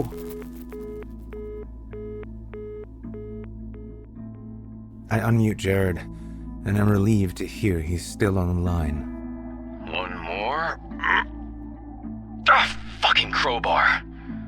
I need a damned casket key. Jared, what are you doing? Howard, buddy, I really want to thank you. From the bottom of my heart. Thank you. Tomorrow, I'm gonna call and speak to your manager and make sure that you get a raise. You've saved me. I'm not sure I understand. When I first called you, I intended to have it be the last phone call I ever made on this earth. I had my 9 racked and ready to go. But you're right. There's been enough death. I've been focusing on all the negatives. Just because my boy is dead doesn't mean I still can't be his father. Still can't bring him home. Jared, stop! This is wrong. I never said anything about... Thank you, Howard. I have my boy all buckled up in his car seat in the van. The hole had to be expanded, but I made sure his mother rests peacefully in his place. I'm gonna take Jonah home now. It's almost time for him to eat dinner and go to bed.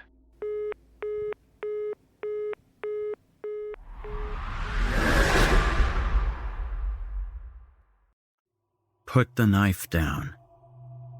Ted tried to stay calm in situations where most people would panic. Ava held a knife to his throat, and his world collapsed. But he couldn't show his emotion. Not now. Not with the blade pressed against his jugular. The girl had just turned 16, and after 5 days in a new school in a new town, Ted thought the change was too much.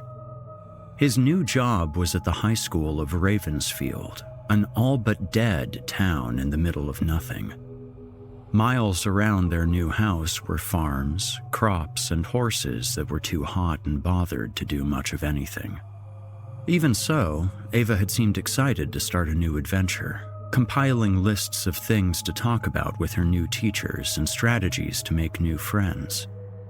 Having same-sex parents was a go-to these days, so the internet had said, even if one of them was dead.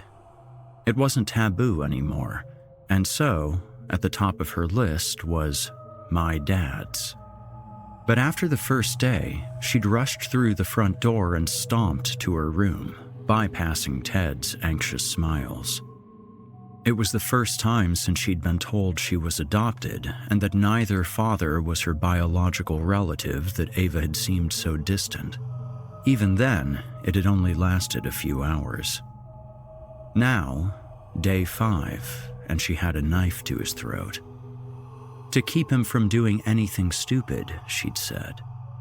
He was on the floor, his daughter kneeling over him, animal eyes prowling around the room like she expected company.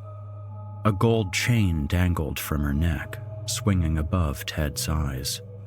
He didn't recognize it. Ted put his hands up, palms out in defeat, and repeated his earlier plea. "Put the knife down, honey." His voice was quiet. Drops of sweat pooled around his hairline, and he knew she could see it. Her eyes flicked to his trembling hands, and she shook her head in defiance. "Don't make me go back there," Ava said, teeth gritted. "I won't go back to that school." Ted knew something was wrong at school, but Ava wouldn't talk about it. None of the kids would. Just mumbled about the Raven. "What happened?" Ted asked. "Is this about the missing kids?" Ava's face flashed with sadness and fear. Her grip on the knife loosened, and she looked at the blood, looked down at her father. "Oh, Daddy," she cried. "What have I done?" Ted took the opportunity and pulled himself from Ava's grasp. He grabbed the knife and tossed it across the living room. It clanged against the tiled floor as he wrapped Ava in his arms. "Talk to me, sweetie," Ted managed through a gush of tears. "It's the Raven," Ava cried into Ted's chest. "It's evil." With Ava sedated on sleeping pills, Ted felt okay about leaving her alone. The school principal had been open to an after-hours meeting that same day, and Ted was still counting his lucky stars when he pulled up to the parking lot at 7 p.m. Heading to the principal's office, he felt eyes on the back of his neck and was conscious that the shadows were morphing into strange shapes. Something was happening at the school that had terrified his daughter, and he intended to find out what. He hoped the principal would have some answers. "Dr. Cutter?" His hand was poised at the door when the voice broke. Ted pushed through the door and smiled. "Please, just call me Ted." Principal Wernos shook his hand. They'd met last month over a digital interview and again a few days earlier when he started as the school counselor. "Call me Laura." Ted took a seat in the office. A small tabletop lamp provided dim light for the meeting. A ceiling fan blew warm air around the room. "My daughter, Ava," he said, lifting one knee over the other, "has raised some concerns about this Raven of yours. With those kids going missing recently, I had to say something." Laura squirmed at the mention of the mascot and held back a frown. The edges of her lips betrayed her, but Ted suspected the untrained eye would have missed it. His training was second nature now. "Is Ava okay?" Laura swallowed. She watched Ted for a few moments as he recounted the attack earlier that evening. She seemed to be sizing him up. Her eyes moved between him and the door, which had been left ajar. She leaned across the desk, their eyes now fixed on each other, and took a long, slow breath. "Ted, I'm sorry," she whispered. "Something strange is going on in this school." Her eyes shifted to the door again. "It's the kids." Waiting for more, Ted found himself on the edge of his seat. Laura opened her mouth to continue, tucked her auburn hair behind her ears, and flashed a look at the door again, like she was waiting for someone to come in. "What did Ava tell you?" Before he could speak, the lamp flickered and went out. The whoosh of the fan stopped, and they both looked to the ceiling. Laura gulped as the two sat in silence in the dying light. The door swung shut behind them, and Laura jumped, a hand to her heart. She went to the door, peered through the glass pane with her name on it, and turned back to Ted. Her eyes wide, she slid down the door and put a finger to her lips. "Get down," she hissed. A shadow appeared behind the door, and Ted dove under Laura's desk, his own heart pounding. The figure stopped by the door, raised a hand to the glass, and scratched at Laura's nameplate. Ted watched the shadow as it moved along the hallway outside, Laura's eyes blazing into him, begging him to signal it was safe. He nodded. She moved to her knees, gripped the windowsill, and peered through. Though he didn't know for what, Ted waited and held his breath until Laura exhaled. "Did you see it?" she asked him. Ted shook his head.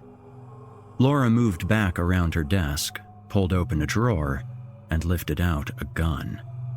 Her eyes glided over the silver weapon as it shone through the bleak light. "What the hell is that for?" Ted stepped back. "I'm going to level with you."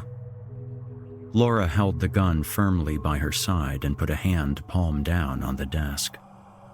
"There's something wrong with our mascot. At first I thought, with the missing kids, but it's something else." Ted stared at her, unsure what to make of this. "I'm calling the police." He reached for his phone, but the screen was dark. He tapped it. Dead, like the lamp and the fan. He raised his eyes to Laura, who didn't look surprised. "It started about 3 months ago, over break. You know the girls have been going missing." Laura didn't blink, the words coming from her like she'd had this conversation 100 times before. "But the boys, they're getting violent. And I think it's got something to do with Daryl, our mascot." The raven stalked the hallways, dripping muck and blood with each step. Its feathers melted to its body, still forming. The change was almost complete. Clawed feet tapped the linoleum flooring as it walked back to its hideout. The girl was inside, waiting, sobbing, begging to a god that wasn't watching, a god that didn't care, a god that gave up on the town of Ravensfield. Its beak, razor sharp, pushed the door open with a creak, alerting the child chained in the basement that it was feeding time. The crying and moaning excited the bird. It stepped down the concrete stairs, wings dragging along the walls, leaving a trail of muck to drip to the floor. "I want my mommy," the girl begged. The raven tilted its head, hollow eyes staring at the tender flesh, and lunged toward her. Ava awoke in a cold sweat, sucking air into her lungs with greedy, deep breaths and sharp exhales. She was nauseous and her stomach ached. Hair matted to her face, sweat like glue. She tried to push the nightmare from her brain. The raven, tearing skin from bone. The child, screaming in the dark. Another one. Wiping strands of wet hair from her eyes and mouth, Ava sat up in bed, trembling, head throbbing. Her entire body was slick with sweat, skin crawling with goosebumps. The pain in her stomach came again, and she breathed through it, clutched at the gold chain around her neck. Dim light flowed into her room between cracks in the shutters. Remnants of the dream, or was it a memory, clung to the inside of her eyelids, and she shook the imagery away. The raven's blood-soaked beak pulling at veins and tearing through the muscle. The violent impulses were bubbling under the surface, even now, but they were outweighed by the shame she felt. With a gasp, she remembered what she'd done that afternoon. Her dad was a beautiful man. She loved him more than anything. The raven could not take that away from her. He'd said he was going to see the principal tonight. Ava lifted the bedsheets and twisted to the side, knowing she had to get to the school. But her stomach lurched, her vision swirling into nothing but static. The impulses started again. They started in her stomach as though her life force was turning on her. The rage that led her to hold a knife to her father's throat. Her veins filled with hatred, and sharp pain ran up the back of her neck. She tried to fight, to remember love and happiness, but the pain pulsated through her body. All that remained was despair, hatred. A deep cold washed over her. Everything inside her wanted to stab someone's eyes out. An offering for the raven. Her throat tightened, her chest convulsed, and Ava opened her mouth to vomit.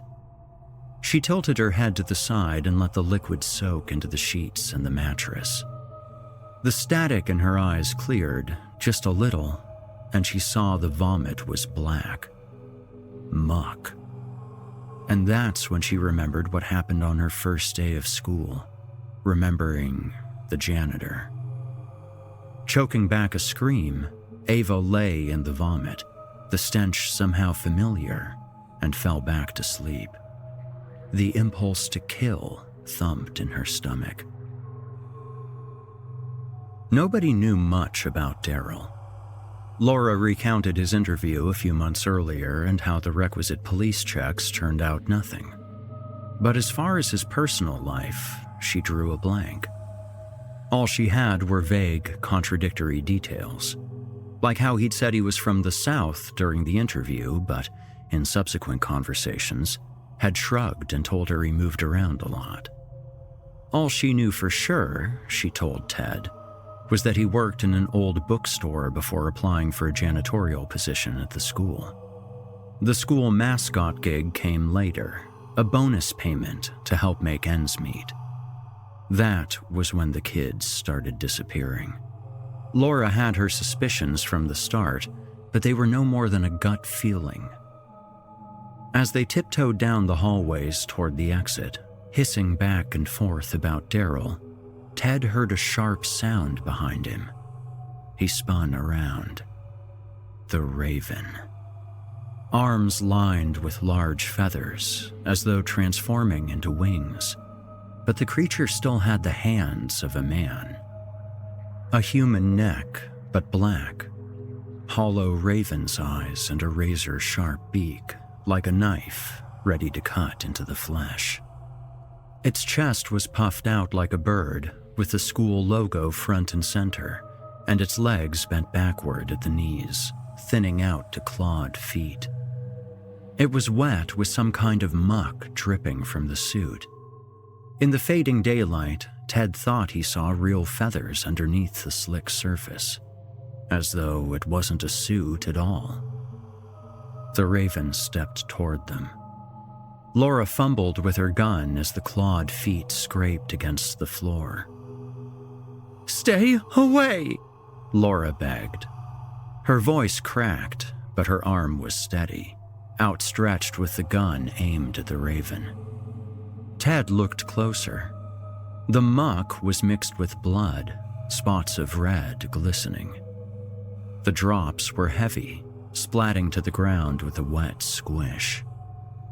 "I don't think that's Daryl," Ted muttered and turned to flee. The Raven rushed toward them, wings outstretched, and sent a soulless cry through the hallways. Laura pulled the trigger, the bullet sinking into the Raven's chest. It didn't flinch. She tried again. "Come on!" Ted pulled on her arm. The third bullet missed, and Laura followed Ted toward the school's front entrance. It was chained, and as Ted pushed hard against the doors, he saw heavy rain careening toward the earth, lightning stirring in the clouds. Laura was down around the corner, high heels clicking into the distance, and Ted ran to follow. The Raven snatched at his shirt from behind, and Ted felt the muck on his neck. It burned a little, and he fought to pick up the pace, but it was too late. The Raven's hands were on him, pulling him to the ground. His face smacked against the floor, his head ringing from the force, and the Raven jumped onto his back. A gunshot tore through the hallway, and the Raven, poised to tear into Ted's neck, stopped. 3 months earlier. He'd never been serious about the occult or demons or whatever. It was just a hobby. A while back, he'd been so deep in a search engine rabbit hole looking through books on the occult for the store. That's when he saw it. Sometimes things spoke to him without words. He heard it loud and clear, felt it like a compulsion, like his whole body wanted him to hear the unspoken words. This had been one of those times. Hala. An old leather-bound book with Slavic inscriptions. It was fate. It had to be. His father and his father's father were Slavic. He caressed the computer screen, feeling the static biting at his fingertip, and knew he had to have it. When it arrived, his hobby changed. He didn't know why or how, but the book told him to do things. To move to a town called Ravensfield. As much as he tried to ignore the demands, something inside him knew he'd like it, knew he'd enjoy the taste. The first girl, Isabel, was an outcast like him. The book chose her. But it didn't feel right when she was down in his basement, tied up and screaming through the socks stuffed in her mouth. He wasn't a murderer. As he'd moved to untie the girl, to apologize and beg for forgiveness, the book flipped open. The ritual. 7 sacrifices and a vessel. Isabel would be the first, and despite his rational mind urging him against it, he lunged toward her and sunk his teeth into her neck. From the girl's blood, an object began to form, but it was soft and shapeless, like unformed clay. As he burped the last of the girl away, her organs absorbed into him, changed him. He knew what needed to be done. 6 more, and the object would be complete. Then he'd find the vessel. But first, he needed recruits. More like him, and he knew just where to go to get them. Heading for the stairs, back to the world of the living, the book whispered to him again. He looked at the mascot suit, the Raven, and pulled it on. Yes, he thought, as the bird head slipped over his human facade. This is what I am now. Laura stepped closer, flashing the gun in the dying light. Ted couldn't hear her words, but the sharpness in her tone was enough. The strength in her voice. The gunfire. The raven fell off of him, hissing toward the principal as it collided with the floor. Its clawed feet ripped at Ted's flesh, the pain searing through him. But he got to his feet in a daze of confusion, letting Laura pull him away from the mascot. "In here!" Laura pushed through a door, and the words, "staff only," glimmered in the night. The door slammed behind them, Laura flicking a feeble lock, and they piled down a staircase into the basement. A light hung from the ceiling, and Ted pulled the cord. A dim yellow glow revealed an unmade bed in a dank corner of the room. Sheets sprawled in a mess, sweat and urine wafting from the fabric. Cleaning supplies and an open bottle of bleach by a shower that hadn't been maintained for some time. The stench of mold was almost too much, but the bleach cut through it, stinging Ted's eyes. Someone lived down here. Through the discomfort, he scanned the room, stopping at the brick wall painted in blood, still wet, dripping to the floor. A shrine of severed heads, tips of the spines jutting out, decorated the floor in a circle. A thick leather-bound book sat open in the middle, the eyes of the raven's victims staring into the writing. Half-melted candles lined a homemade shelf, an inscription carved into the bricks.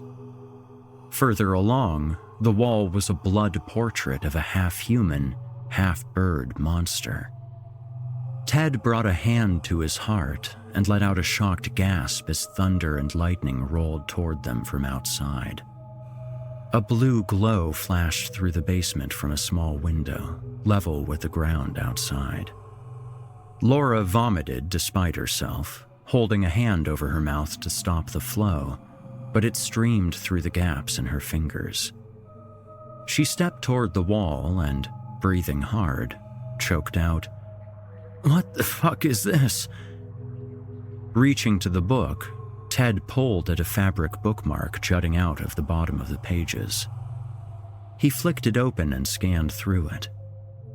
The Alavidi? Thunder crashed just beyond the basement window, and rain pummeled at the fragile piece of glass. Ted repeated the words, and the thunder sounded closer, as though the storm had responded to the name. "What is that?" Laura asked, brow furrowed, wiping her hand on her trousers and looking out the window at the storm. "A demon," Ted replied, his eyes fierce. "Slave to the Hala, a child eater." Despite how the raven appeared, Ted wasn't ready to believe in demons despite what they'd seen. He was a man of science. Cannibalism could explain the missing kids, but not this. Not a demon preying on the town's youth. Nonetheless, he continued reading. "It brings extreme changes to the weather. The rain, the dead crops, it's all the Alavidi. It can take many forms. The raven is just one of them. The Alavidi are men with characteristics of the more common female demon, the Hala. Alavidi don't usually eat children, but it's not unheard of." Ted scanned a few more pages in horror, devouring passages about the Alavidi recruiting male children to do its bidding. It described a cult, but didn't explain what was happening here. But Ted's subconscious mind was shouting at him, begging him to pay attention. He'd seen these pages, but hadn't noticed something. Flipping back, his eyes stopped on an image. A gold necklace. Those same inscriptions from the walls were carved into the surface. "Ava." The thin chain held tight to her skin as Ava leaned over the edge of the mattress, heaving. It felt hot against her beating chest, even through her pajamas, stinging her skin. Instinct told her to hold the gold necklace to her heart while chunks of yesterday's dinner spewed to the ground. Breathing through another convulsion, Ava laid back, sweat oozing from her body. The pain in her stomach was sharp, like something was squirming inside of her. She lifted her pajama shirt and drew her eyes downward. Black veins stretched across her torso. Ava pressed a finger to her stomach and felt movement deep within her again. Despite the stench of vomit and sweat, she focused on the rain drumming against the window, clutched the necklace tight in both hands.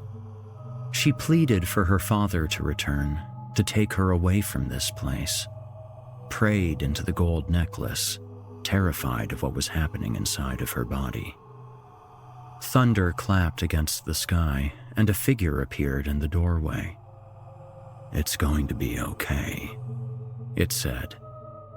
Ava lifted her head as far as she could and squinted through the bleak room.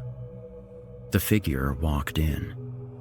She didn't recognize the face, but the symbol on his jacket was all too familiar. A football jacket. The Ravensfield Claws. When she'd first heard that name, she'd giggled at the lack of imagination. But now, laying weak and helpless in her bedroom, the logo made her tremble. "You're going to be okay, Ava." The voice drew closer.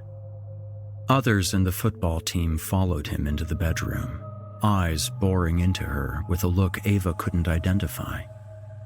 Another crash of thunder lit up the room for a moment. The team formed a circle and knelt around her bed. The first boy, team captain Jimmy Lowe, stood over her. The team began a low hum, which turned into a chant. Ava didn't recognize the language. "What are you going to do to me?" Ava asked, her voice hoarse. The necklace began to burn into her skin. Jimmy frowned. "It isn't what we're going to do to you," he said. "It's what you're going to do for us." She gripped her necklace again, the heat searing her hands, and wished harder than she had ever before that her dad would burst through the door. But she knew nobody was going to help her. Jimmy pressed a hand over the girl's mouth and held it there. Ava wept hard, almost watching herself from above as Jimmy and the Claws lifted and carried her down the stairs. Then out the front door and into the storm, toward the school. "I have to get home." Ted's voice and body were shaking as he looked at the image of the necklace. How she'd gotten it was unknown, but the page's description was undeniable. The Alavidi, the raven, banging on the basement door, was collecting materials. The children's bones, blood, and organs for the arrival of the Hala. 7 sacrifices. Ted swallowed hard and focused on breathing, afraid to continue reading. The pages depicted the ritual in clear detail. The contents were unlike anything he could imagine. Specific ways to dismember the bodies. Certain sections of flesh could not be eaten and must remain untouched for the ritual to succeed until the vessel was chosen. From the remains of the children grew an artifact. The necklace was imbued with the demon's spirit and an ancient inscription. The artifact chose a vessel, a beating heart to feed on, to steal from. The chosen one must consume the untainted flesh of the sacrifices to give life to the Hala. Ted ignored the banging on the basement door and focused on the text. He digested every word, his stomach turning with each description and knowing that the mascot had carried out each step to the letter. To his baby girl. He searched the text for any indication of what happened to the vessel once the ritual was complete. He found nothing. and feared the worst.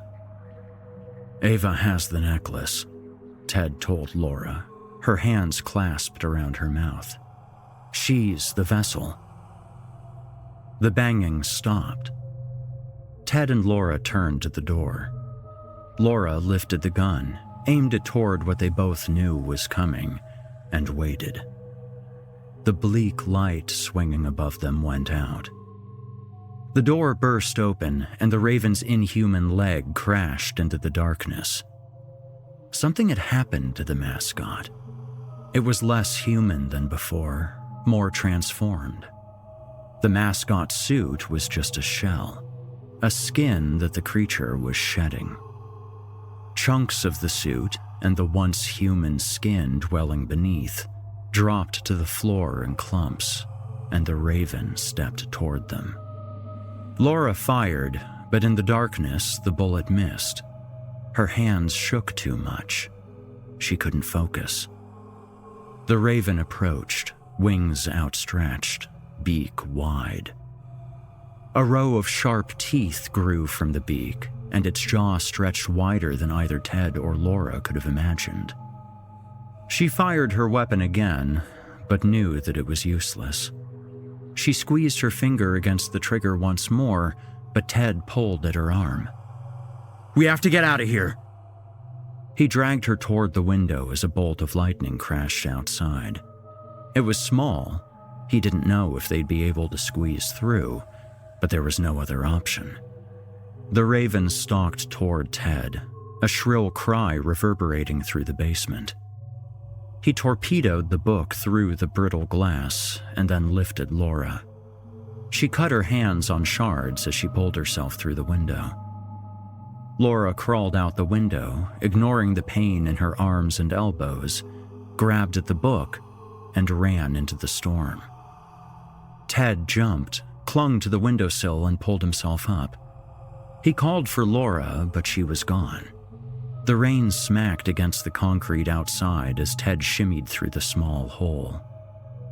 The Raven gripped Ted's legs with both arms, the heat from the black muck melting through his pants. He cried in pain and begged for Laura to help, but knew she wouldn't come. As the Raven pulled Ted back inside the dark basement, his fingernails scraped against the wet cement. He grabbed onto the sides of the broken window, slashing open his forearms and palms, and held on with all his might. The Raven threw him back to the ground. He hit the floor hard, his upper body soaked from the rain, and he hid the glass shard behind his back as he sat up. The Raven grinned through the darkness, its yellow teeth like a fluorescent light, the hard beak curling up at the sides, an impossible sight that sent Ted's heart into his throat. "What do you want?" he screamed at the creature, gripping the shard. It was soaked in red now, slippery from the blood seeping through the slashes on his forearms. The Raven didn't answer. It closed its wings around its body, covering the school logo on its chest, and walked toward him, tilted its head to one side. Its eyes, black and hollow, looked straight into him, searched him for something, and Ted felt its presence moving inside of him, prying into the depths of his soul. Closing its eyes, the Raven began to recite a phrase. Ted didn't know the words, but he recalled seeing them in the book. A passage. What was it about? To see if he was worthy of being an Alavidi. He couldn't think with the Raven searching him, seeking to know him. "You might as well kill me," Ted said, struggling to stand. "I will never be like you." The Raven opened its eyes and lunged at Ted, dragging him back to the ground, teeth bared, beak pecking at his throat and neck. Shoving his weakening forearm under the Raven's chin, pushing into its neck, he tried to fight it off. His other hand reached for the glass shard. It sliced his fingers as he gripped it and screamed into the raven's face, plunging the shard into the creature's eye. Black muck spewed from the eye like a geyser, pouring into Ted's own eyes and mouth, but he didn't stop. He stabbed again and again, slicing the raven's face open. The raven retreated, the shard deep inside its head, and fell to the ground. Lightning crashed again, and Ted saw the window. He leapt toward it, pulled himself through, and crawled like a newborn into the rain gushing from the heavens. His arms were weak. He'd lost so much blood.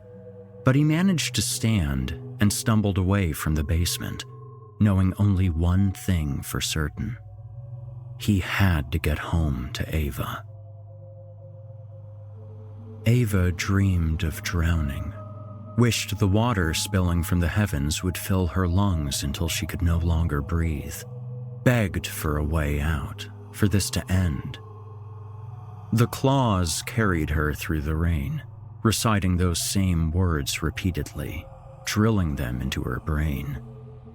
She was weak. The gold necklace sunk into her skin. It felt as though the object was attached to her heart, moving up and down in rhythm to the steady beat. Jimmy looked back at her every now and then and smiled. Even in her dazed state, she could tell it was more than confidence. It was a knowing look. He was waiting for something, maybe for someone. They walked through the school parking lot, and the claws put her down on the front steps, banged on the door and waited. She knew who was coming. Her stomach ached at the memory of chewing down the flesh. The raven watched her, holding her mouth open and throwing in more. She'd coughed and choked, but Ava had done the unthinkable when the raven forced her mouth shut and held her nose. She'd eaten the remains of her classmates. But the memory was distant, a nightmare brought forth by an unknown force. She had woken in the middle of class, screaming, the other students laughing at her and filming the insanity for Instagram and TikTok. The sickness inside of her had begun to grow, the hatred, the rage, until her father had asked one too many times what was wrong. He was here at the school, with the raven. It's all my fault. She knew that wasn't true, but it didn't matter. Something squirmed in her stomach, and the claws responded with an excited groan. Whatever was going to happen, it would be soon. Jimmy banged on the door again, impatient. He called out to someone, but his voice was silenced by a gunshot tearing through the storm. Ava tried to look and see what was happening, but couldn't. The football team surrounded her as though she were precious cargo. "Get away from her," a female voice said, "or the next shot won't miss." Ted staggered through the rain at the sound of gunfire, holding on to the school's brick walls as he went. His vision was fading. He knew he needed to bandage his wounds or he wouldn't see the morning. Turning a corner toward the front of the school, he saw the claws with their hands raised. Laura pointed her gun at them and cradled the book. "Laura!" Ted called. She ignored him and stepped toward the boys. "Let her go," she repeated. Her voice was firm. They moved aside, each hesitant step smaller than the last. But through the gaps, Ted saw his daughter lying on the school's front steps. "Ava!" He limped to her, feet almost numb, and fell to her side. He ran his fingers over her hair and bent down to kiss her forehead. She gazed up at him, whispered, "Daddy," and then shut her eyes. "It's too late," one of the footballers said. Ted recognized him as the team captain and asked him what he meant. Jimmy shrugged and pointed behind them. Ted followed the boy's finger, held Ava tight as the raven appeared in the storm, half of its face disguised by black muck. Moving Ava into a sitting position and wrapping his arms around her, Ted screamed for the raven to leave them alone. Laura ran to their side, guns still threatening the teenagers, but they didn't seem bothered by the weapon anymore. The raven gave them power. "Like I said," Jimmy repeated, "it's too late. Look." He nodded toward Ava. Ted looked down at his daughter, black veins covering her body, and watched a lump forming in her stomach. He lifted her shirt to see and recognized the shape of a hand pushing out of the skin. Before he could react, the hand moved up toward Ava's chest. The girl groaned in pain and clutched at her necklace. She opened her mouth to scream, but the hand filled her throat, silencing her pain. Ava broke free from Ted's arms, fell to her hands and knees, and convulsed with the raven and the football team reciting those unknown words, louder and louder, over the thumping rain. Ted and Laura moved to see what was happening. The hand pulled itself from Ava's mouth, exposing an elbow. A face appeared inside Ava's throat, slick with black muck, and the exposed arm dragged itself across the concrete to pull the face free. A razor-sharp beak and hollow eyes, just like the raven. It was not the face of anything human. "Hala," the claws murmured, raising their arms to the sky and screaming the demon's name. "Hala, be thy queen!"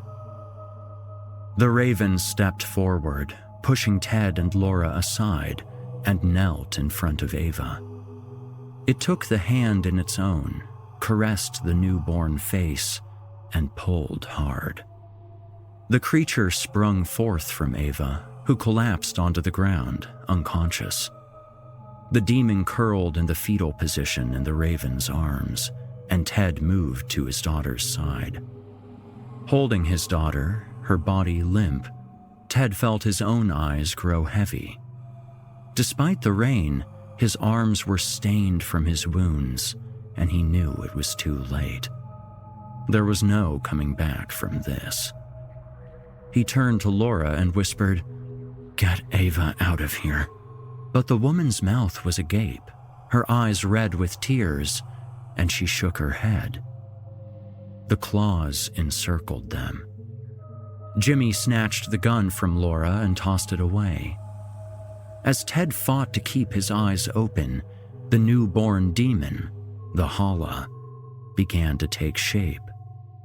Half human, half bird. A raven. Its empty eyes scanned the area, sized up the teenage boys, and looked back to the raven. A decision was made in a language shared only between them, and both sprung to life. The claws screamed in confusion as the demons tore their bodies apart, gulping down their flesh. Despite his best efforts, Ted fell back into darkness. Ava woke to silence. The raven and the Hala stood over her, gentle feathers tracing her cheekbones and chin, taking her in, adoring her. She crawled backward on her hands, kicking out at the creatures before her until her hands hit something familiar. Looking down, she saw her dad, unmoving and covered in blood. Tears streamed from her face as she stared at her father's corpse. She looked away, tried to blink the reality into nothingness, and saw the claws. The principal. What was left of them, scattered around the school parking lot, half eaten. The necklace didn't burn anymore. It just sat atop her skin as a necklace ought to, But the inscriptions were different. She could read them. The bearer of this chain will bring forth Queen Hala. Ava eyed the principal's weapon, still clutched in her dead hands, and moved to reach for it. The raven and the Hala moved toward her. A glimmer appeared in their hollow eyes, a light she recognized from the way her father looked at her. Caring. But her fingers stopped short. She looked back at the Hala. Something inside her felt warm. The impulses shot through her neck again, but Ava didn't fight them. She liked it, embraced it, the way she'd embraced her father. She looked back at her dad. Dead. Both of them are dead. Her family. Family. The child eaters helped her up. As rage boiled through her blackened veins, they led her back to Ravensfield, to her home, to eat.